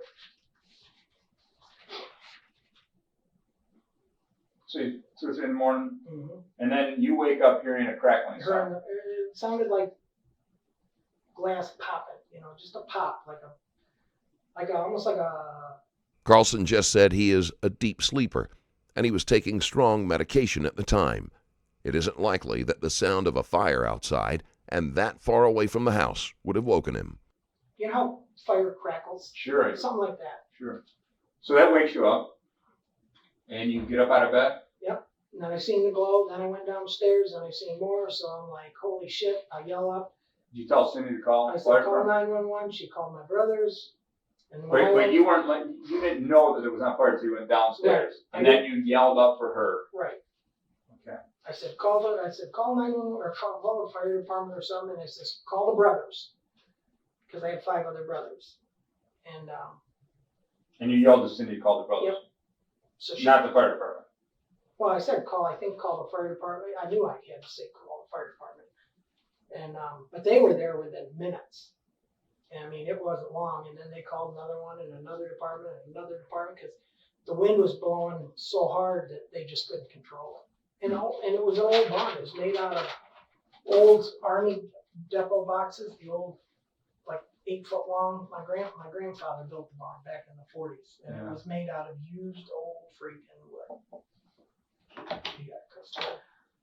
I told her to drop this off, Use some water? and just make sure that you use the bathroom. No, I'm fine. You want some of that? No, I really don't. That's healthy stuff, you know. Yeah, that'll kill you too. So it's. You want to be in here or not? No, I'm good. I just want to make sure the door's shut. Okay. And, start to sweat. So that fire comes in, you only received $60,000 Yep, from that I whole did- fire. I did, And you yep. had to rebuild the barn, pay for the horses. My dad got the check. So you surely didn't make out too well on that deal. I lost everything. Right, for $60,000. I lost everything. Why did they thought you made like 90,000? I don't know. There's checks to prove it. So this big, what do you call this big horse? A mare? Belgian mare. Belgian mare. And they make great babies, make a lot of money with the babies. Her Right? because This one had quite a few babies in her. no, she had never had a baby. because Did she that was make so her more big. valuable? Because she, Made her her. you I paid was 18,000 I for the was horse, after, right? I was after her bloodline. Her dad weighed over 3,000 pounds. 3,000 pound horse is to come natural. Especially to the Yeah, Amish, pull some big blood. Amish wouldn't even look at it because it's too big. They couldn't afford to feed it. Yeah. And the problem is with a horse this big, they don't live. Where that did you long. buy that horse from? Out in Michigan. How did you find that thing? Guy advertised it for sale. I called him up and I knew him. He was a pulling horse guy. How did you pay him? Check, cash? Cash. We don't. Ching ching, right? You don't write checks. No, you they don't want it, You don't let. No, nobody wants checks because anybody that deals with. I think they have papers. Are they like a It's special? they're registered. So you pay 18,000 for this horse, and how much of that when that thing started giving birth? How much is one of One those? baby would have brought me 100,000, and I was gonna clone her because that was when they started making it legal to clone. Really? I had a company out in Oklahoma, and I could get her cloned for $5,000. They take the DNA, they send it out. You for $5,000, you get a baby horse, and the mother. They put the egg. What a world! $5,000 gets you a And handmade, a you clone-made can horse. duplicate. They put the egg in a mare, riding horse mare, or a Belgian, whichever you want. It's up to you. Doesn't make a difference because the egg is still the duplicate of this. And you get the mother and the baby a year later for $5,000. And if I would have got a stud from her, a boy, that Carlson leaves out that the horse was unable to reproduce and was worth more dead than alive. I could have made a fortune. I could have made a fortune. Because horses don't get that big on their own. That whole What bloodline, kind of money do you think you could have made? I could have made millions. Really, from that one horse? And especially if it's a $1 million stud. from one horse? Well, especially because if I got a stud colt out of it, I can breed him. I can sell the semen. You're talking $5,000, $10,000. You know, out of one First sperm injection. per sperm injection, I can breed 10 mares. So the money just keeps multiplying, So I multiplying, can do multiplying. $50,000 to $100,000, but the stipulation is if it's How come you don't follow through with it? because she died in the fire. We couldn't find enough DNA left in her Wow. because of the fire. Pissed me off. I was furious. I mean, I was bawling like a baby. I mean, you dream of finding a horse like that. And she was the last mare in the bloodline. And she has a half I brother. had to send you over the edge. And then sitting there thinking, then to go through the insurance, it's like, well, your harnesses aren't covered. So you're thinking that horse should have been really insured for like $100,000. And I could have. But I never thought it. I mean, I never put her in the barn because she's too big. For her to lay down, I couldn't put her in. I didn't even know horses were worth 18,000, much less 100,000. That's all. I'm naive on horses. A good pulling horse is $500,000. Wow. There's a lot of But money. that's There's a lot of money in that that's- business, isn't there? Riding horses, if you got a good thoroughbred, they can go up to millions and millions. Stud fees, they'll pay $200,000-$300,000 a whack. So when you got the insurance money, did you get back into trying to breed these horses again? No, I built a barn. So you just took the money and rebuilt the barn. Beard built the barns. Get in the horses again, or you done with Yeah, horses? I don't. I'm done with them now because And now money. I mean, there's tough money. the back. market, once the government got away from, you couldn't sell horses for dog food. Because we take the weakest ones, the ones that are old, they're no good, they're crippled, you sell them to the dog food market. So you got your You really slide on good- yourself, or No, you send them live and they butcher them and stuff like that and turn them into dog food. But the problem is that when the government stopped that, you had your really good horses, your medium horses, your middle horses that made a good Amish workhorse, but they weren't fancy. Then you had your dog food. You take the dog food away, now everybody drops down in one ladder run. So the good working horse now becomes dog food material. He's worthless. $300, I can get you any workhorse you want. It's like, you gotta be kidding. So the top ones, if they're extremely good, they still bring good money. But nothing like, what would bring 100,000 might bring 10. The market, and we had 54 of them, my dad and I. And we bailed out. I mean, you couldn't afford to feed them. I mean, they're eating 80 pounds of hay a day. It's just, But I lost my ass. let's just cover a couple of the Yeah. fires that Tom had mentioned that he was concerned about. Was there one that you had a car back in 1996? Oh no, it was back in 86. 80 That's something. just, he just told me some of the stuff. So I bought a brand new Dodge Charger, 2.2. payments on it? And, I mean, I put money down and everything. Right. And, it was just months old. Took it back, saying we're smelling gas. So you took it back to the dealership, drove it back up there? To Peter Koch's. Right. And I said, we're smelling gas. And, they looked it over, couldn't find it. It wasn't smelling then, so.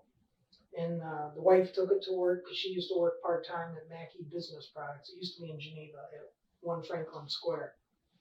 And, she smelled it. So I made more appointments to take it back, and I couldn't find it.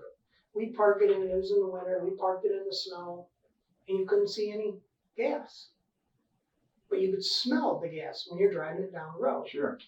Found out after the car burned. How did it burn? Driving up the road? No, it was in my driveway. Carlson's history is littered with fires and insurance claims. Multiple disasters can happen to one person, but the lack of variety makes it look like Carlson stuck with a method that worked best for him. Just sitting there and burned up? Got home, shut it off, walked in the house, and I went upstairs. She yells out, "The car's on fire."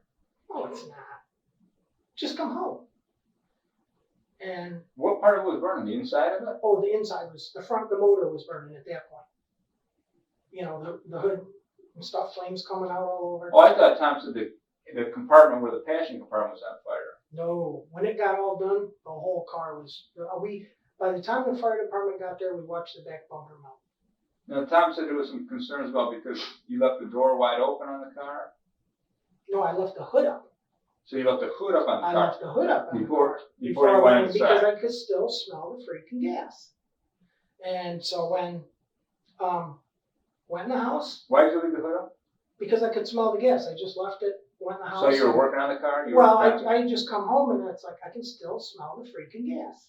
So you put the hood up. Now you didn't leave the door open on No, the car. no. And He also said that the fire department report said that you had removed all the contents from it just before the fire. No. No, that's not No. true. no. What? Well, you seem very truthful when you say that. Yeah, I mean, no, it's like, what the hell would be in You know there? why a fireman would have wrote that up on a report? No. I haven't read the report. I don't know. I mean, I don't think I ever talked to anybody really. But no, I mean, why would you take the stuff out of Did the you car? work for the fire department back then? I used to be back in high school a volunteer fireman for the Varick Fire How long Department. were you a fireman for? With his experience, Carlson has enough knowledge of how to start a fire and stage it as an accident. 3-4 years, maybe. Volunteer fireman. Yeah, and I got sick of the bull crap because the newbies have to do the chrome polishing and the rest of them get to sit in there and drink.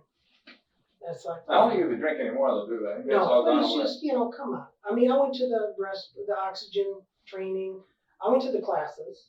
Was there a fire at Guardian Glass before you left there? Yeah. What happened with that fire? We had a fire out on one of my trains there that the mechanic left a rag on top of the exhaust manifold. Started that fire? No, it just singed it. It was burning a little, so I grabbed it. And the shirt that I had on, funnier than now, was made of like plastic. And it just melted the plastic sleeve. Anybody get in any trouble for it? Oh no, I never got a write-up, nothing else. Yeah. The rag, I showed him where the rag Was was. there a fire at some gravel pit or something you were working, some stone quarry? Did you ever work at a stone quarry? Was there Yeah. a fire there? Never. A fire there years before I worked there. Oh, okay. They had, Well, if it was years before you worked Oh, there, it was, I'm yeah. sorry about I guess it was one of the lime mill plant that got struck by lightning. But no, Now that the detective has touched on several disturbing points in Carlson's path, in the next video, he will try to get Carlson to admit that he is responsible for multiple tragedies. Will Carlson confess, or will he continue claiming that he is a victim of bad luck? Thank you for watching. Check out my Patreon link in the description below and drop a like on this video. Also, don't forget to leave a comment. I'm always curious to read what you thought of the case.